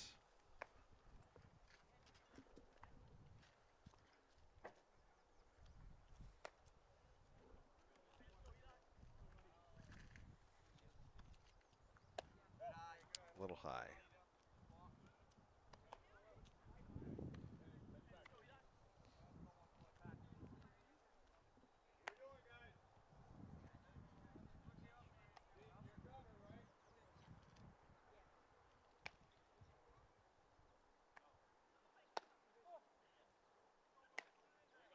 Outside.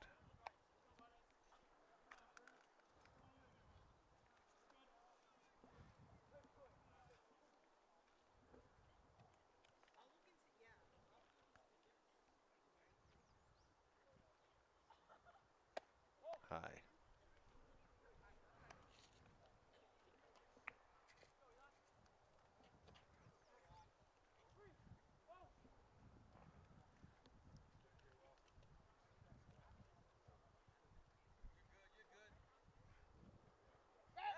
Over to first. Nice move by Will over to first.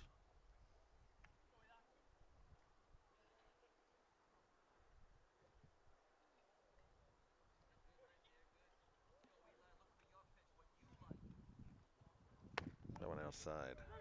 Oh, got a strike. I thought it was outside. Call strike. I thought it was outside.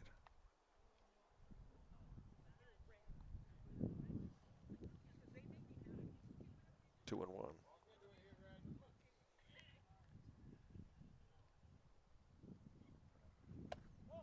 That one is high. I guess it was 3-1. Walked him.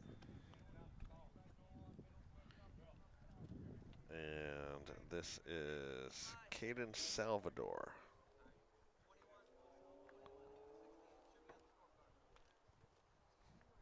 Salvador Jr.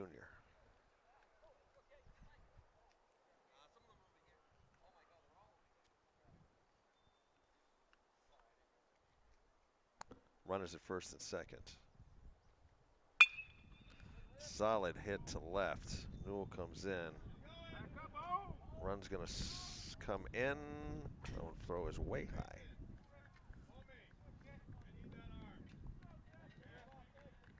That was a big time throw. Dyer comes in. Long throw in.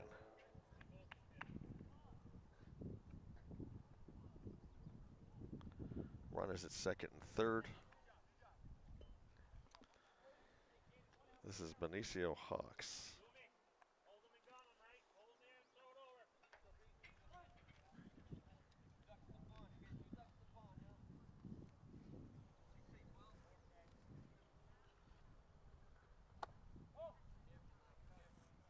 Ball 1.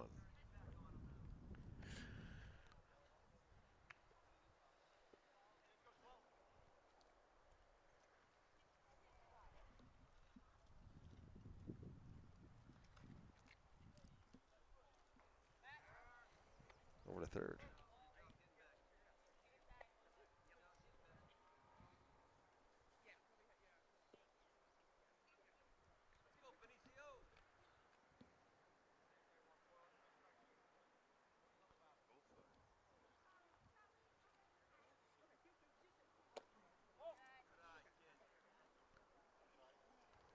Two and 0 your count.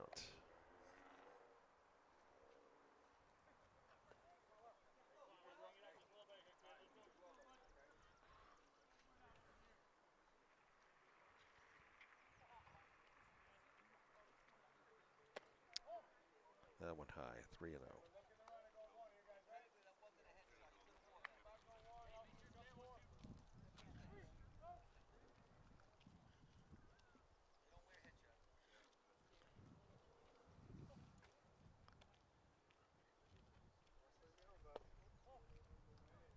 I thought that one looked good, but must have been low. Hawks is going to take first. 3 straight walks after getting Carteret out.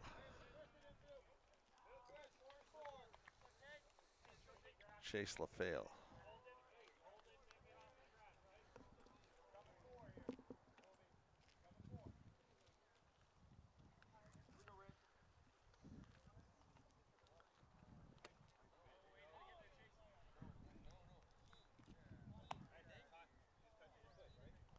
Strike one.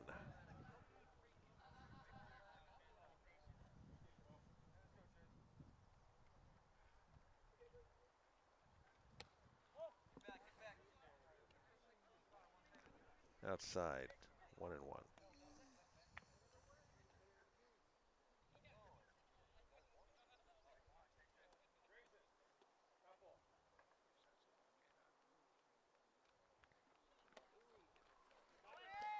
Way high. Run scores.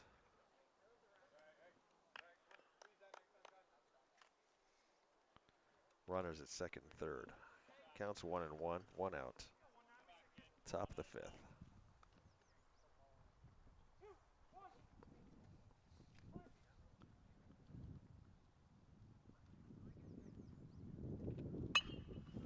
There's a rip out to left. Newell's under that one. Records out number 2. Runner stay.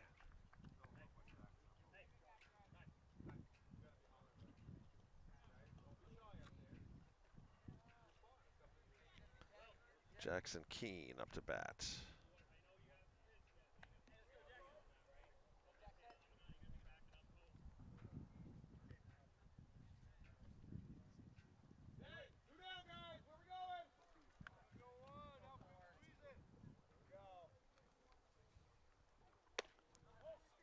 Side. I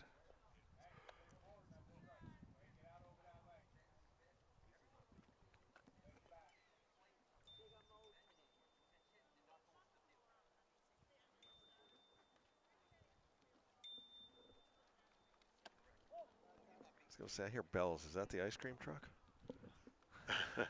Oh, we gotta have the music, right? Missing that truck. We're running out of games. Haven't seen him yet. Yeah. That's right. Yeah. Yeah, I remember that now. The ice cream truck appearance here. Was it last year or the year before? Last year. That's right. We would never break broadcast to go get ice cream. No, never. Never. Although if I remember correctly, I'm pretty sure I'm down in the ice cream count. So I'll buy it next time.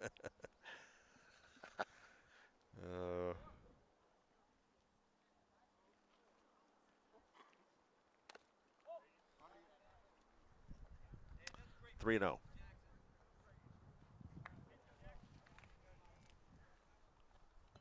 Two outs. Top of the fifth.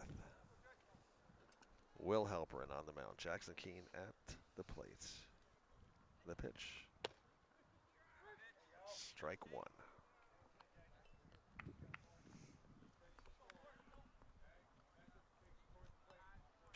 Runners on second and third.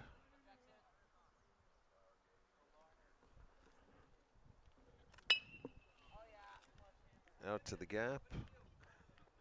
Runners will score. Keene will hold up at first. And coming up to bat is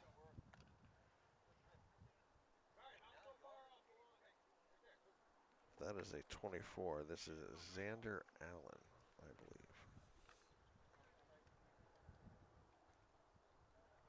Is that a 24 or 14?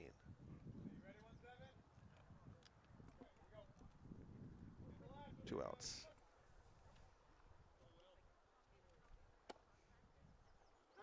Okay, if it's a 14, that is Braden Abrahamson. Sorry about that. Abrahamson up. Keene on first.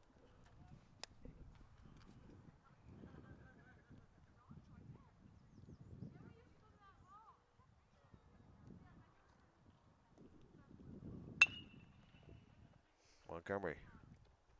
Long throw over to first. Gonna have to hurry. Nice speed. Great speed by Abramson up there to beat that out. Okay, this is Aiden Zeno, a sophomore with runners at the corners. Two outs. I think any other runner, any other batter, he would have had him. Yeah. That was a good. That was a good defensive play. Great play, great throw. Abrahamson was digging all the way. Yep.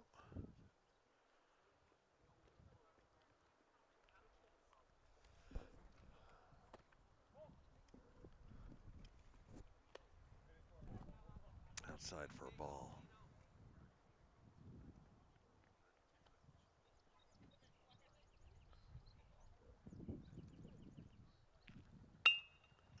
Down low. Montgomery in. Can't try to grab it. Try to kind of pick it up with his glove.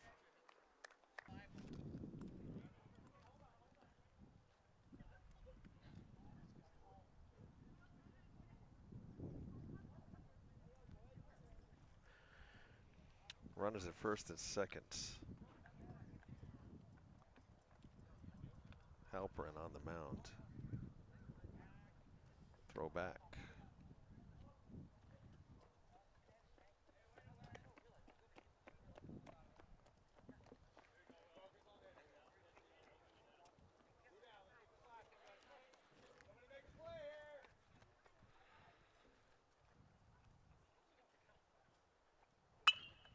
That one hit sharp out to left, going to drop in for a hit. Bases will be loaded.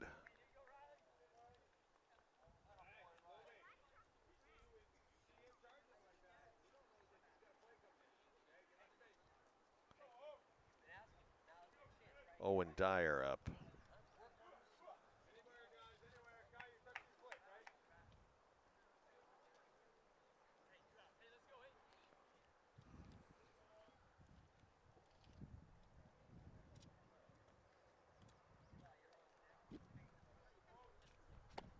Outside. No, I got the call. 0-1.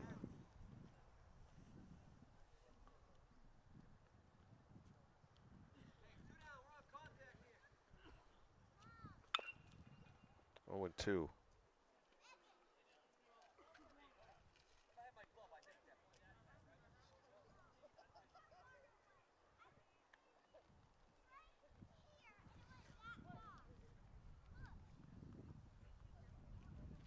Bill Halpern looking to get that third strike, third out.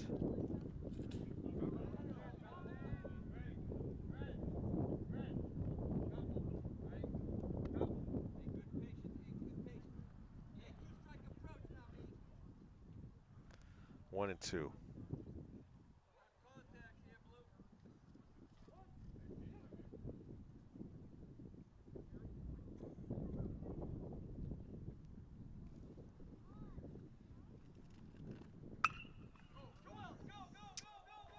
Cranked to the cap. That was a hit. You saw Coach Allen backing his players up. In with a double. Dyer.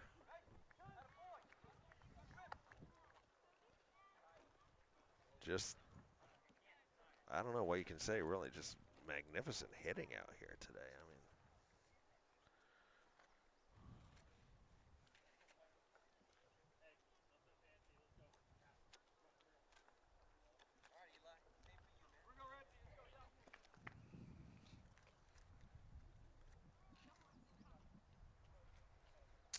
Elijah Pike.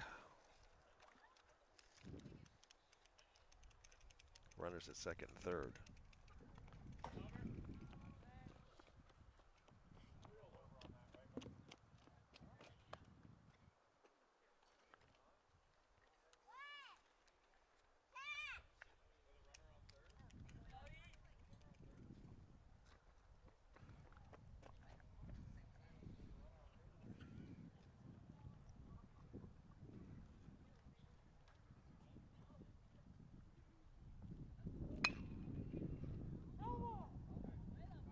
That went down for foul, 1-1.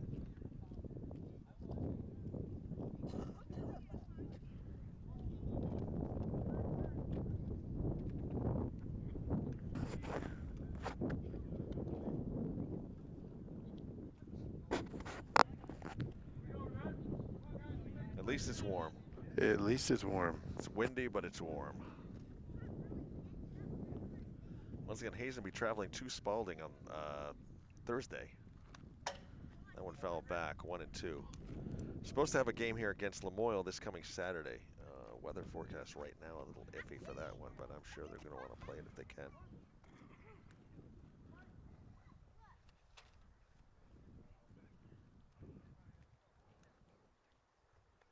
Outside. Kaya getting the workout now.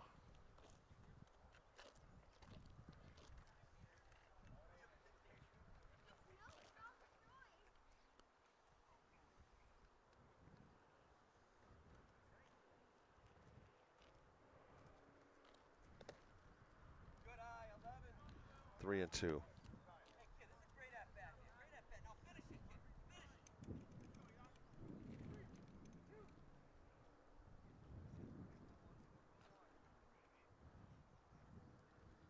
Struck him out.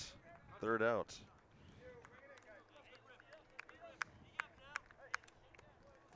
So we'll move to the bottom of the fifth. U-32 put on a few more runs. Score right now stands at 26 zip. This has been a growing pains kind of day for the Wildcats. Lance, seeing as how we're in Vermont, you worked most of your tenure at WCAX. Right. Rather than, I'm not going to go just single. Give us like your top three most memorable moments that you covered for CAX. Oh my. You know, or ones that stand out in your memory. You know, Sure. your top three. Well, the first one that comes to mind would be like the entire trip to Afghanistan when we were embedded with the Vermont Brigade in 2010. Okay. That was a pretty big deal. Yeah. Gosh. Of course, there was the flooding in 2011. Mm-hmm. Both actually, the spring flooding and then Tropical Storm Irene, same year. Yep. Yep. That was when Montpelier got deluged again, right? Was it 2011? Yeah, and I remember Irene. Yeah. But all kinds of interesting. There was a fun thing I did in the early 90s on a woman that was celebrating her sweet 16th birthday. She was a leap year baby. Oh, okay. And then, by total luck of the draw, I also ended up shooting the story when she was celebrating her 21st birthday, when she was turning 84. That's cool. So that was kind of fun. That's cool. And you must have worked with a slew of on-air talent over there then during that time. Yeah, a lot of reporters. Do you have anybody that stands out in memory that you became, you know, friends with, or you still talk to nowadays? Sure. Oh yeah. I mean, Darren Perrin and I are very close. In fact, he introduced me to his cousin, and you know, we're married now, so that's pretty cool. Yeah, absolutely, absolutely. But a long time, became great friends with Bob Harwood. He was a sportscaster in the early '90s. Yeah. Yeah, good times. And I saw you made a cameo during Gary Sadowski's send-off here. Yeah, not long ago. yeah, that was kind of fun. Just did that right from the living room there. Tried to time it out with while he was on screen. Yeah. What a great guy. Yeah. Ezekiel Gubera up for the Wildcats here in the bottom of the fifth. I will never forget one night watching Gary. I was wondering, it had to have been around the time he was doing late nights. And there was a low sort of over like New York, Vermont. So he had the L up. Yeah. But it was icy. Gubera strikes out. He had ice over like Maine. Uh-huh. And he said, see, you put the L and the ice together, you get lice. Who says you can't have fun with the weather? Ha, ha, ha. I just died. Yeah. Oh, that's fun. Oh. I thought his raining and caning and pouring and warring was yes. That was clever. Right. Yep. But it was just a very interesting place to work. It was the last CBS station to be owned by a family in the country. When they ended up having to sell it in 2017 just because of the economics of the business. Right, yeah. Will Halperin up at the plate now. Yeah, I mean, I mean, CAX just had that big booming signal, and that was, for many of us, that was the only channel we could get for Right. years until Yep. cable came around. I mean, I grew up with,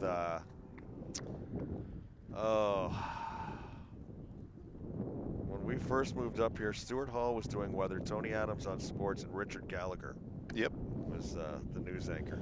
Yeah.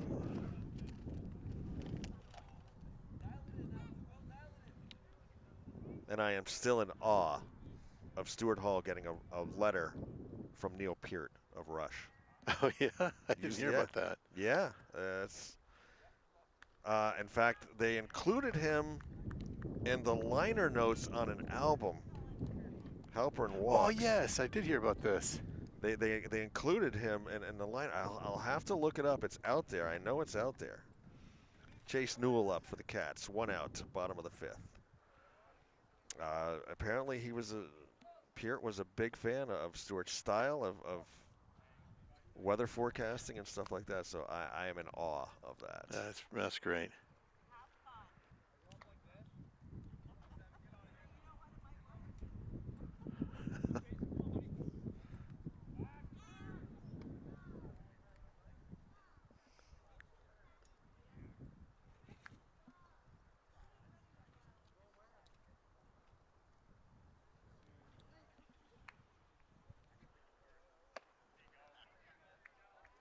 One and one to Newell.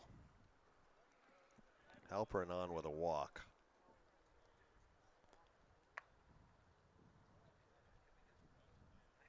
I believe if the game is played on this Saturday, it'll be John Lucier with the call.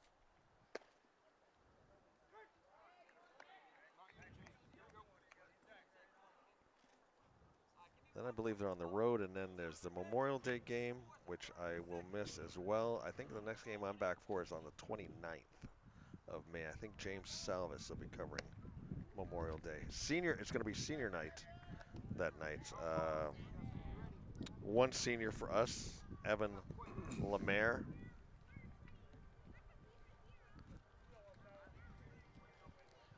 Montgomery up now. 2 outs.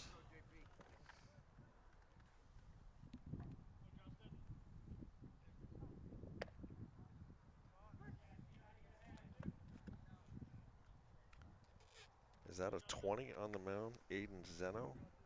Yes, Aiden Zeno on the mound for U-32. Looks like he's throwing pretty hard too.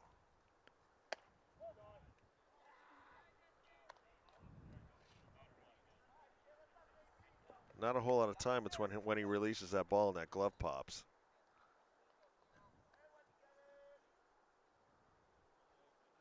Yeah, I guess. Hard thrower.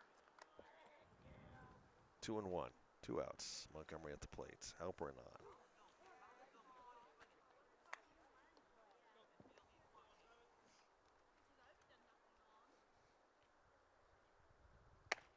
on. Wow. 2 and 2.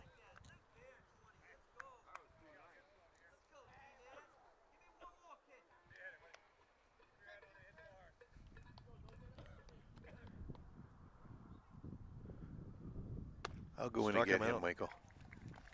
Okay, and that's going to end the game. Tough one here for the Cats from Hudson Fields.